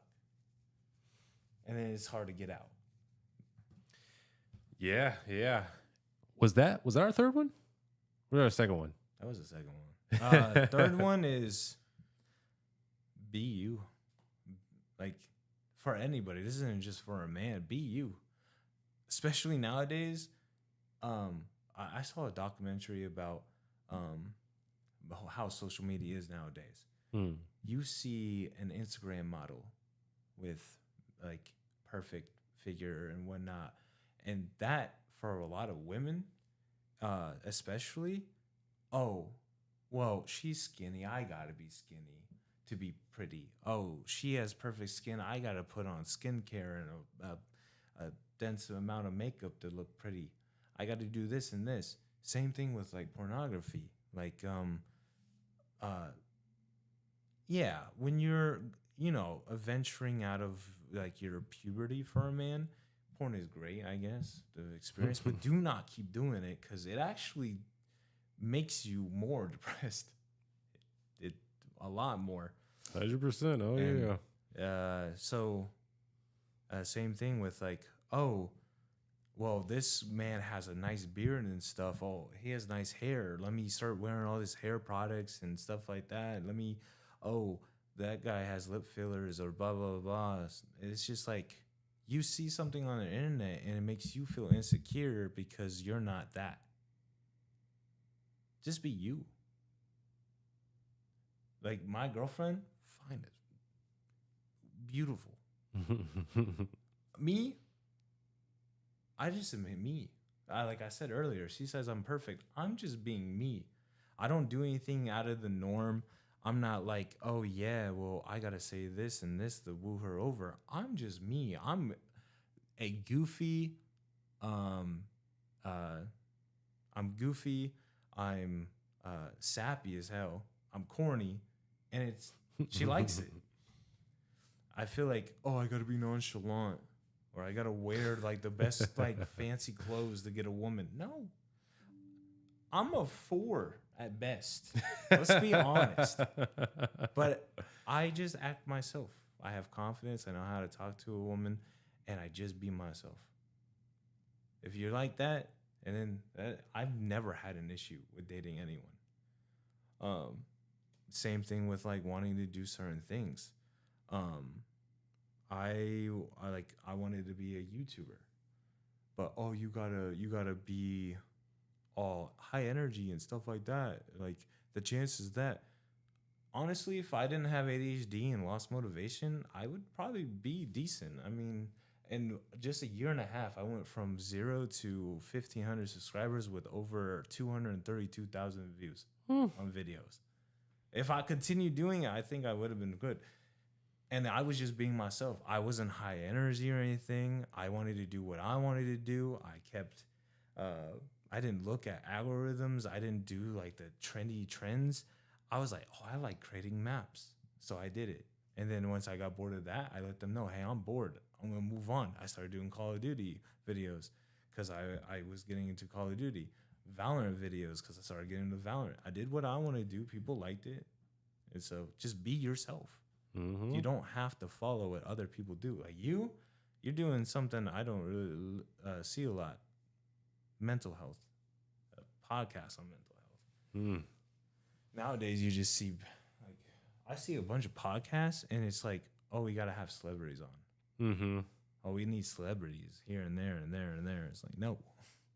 Yeah. That was actually a factor of where I was like, I want a podcast where it's not built off of celebrity equity, but it's built off of like real men's like I could walk somewhere and walk past this guy right here. Yeah, you're my Lyft driver. Yeah. I gave you my hardworking money for a ride home, and now look where we're at. 100%. I don't know, just be. I guess that's the last one. Be yourself. Don't try to impress other people or be someone just because you see that that's what the norm is, I guess, on social media. Mm-hmm. 100% agree on that, my man. And now for the final piece of it, my man, what is something that I and the audience can pray for you about? I had a pretty rough start of 2025, so I pray that the rest of this year goes good because it looks like it is, and I wanted to continue going good. Bet. Got you, for sure. So you cool when I pray with people? Normally I put a hand on them, we pray out real quick, and then I close it down. You cool with that? Yeah. You cool if I do this? Oh, yeah, for sure. Go. All right.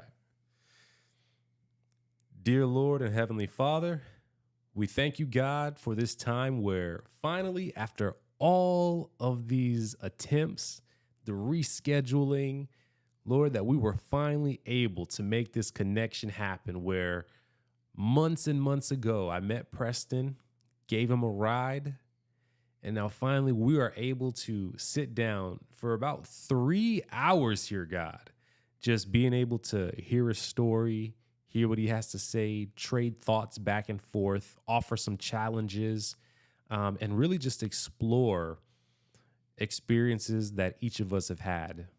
And God, I thank you for who he is, the man that you have allowed him to grow into being, the kindness that he exudes now, the attentiveness that he has towards people in hurting, the honesty that he holds as a core value.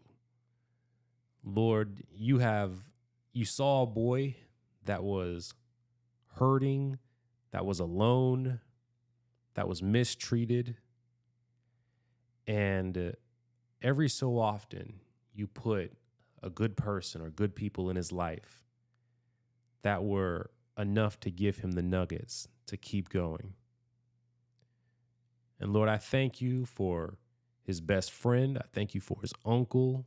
I thank you for that girlfriend, all who were significant contributors in starting him to truly realize the person that he was meant to be.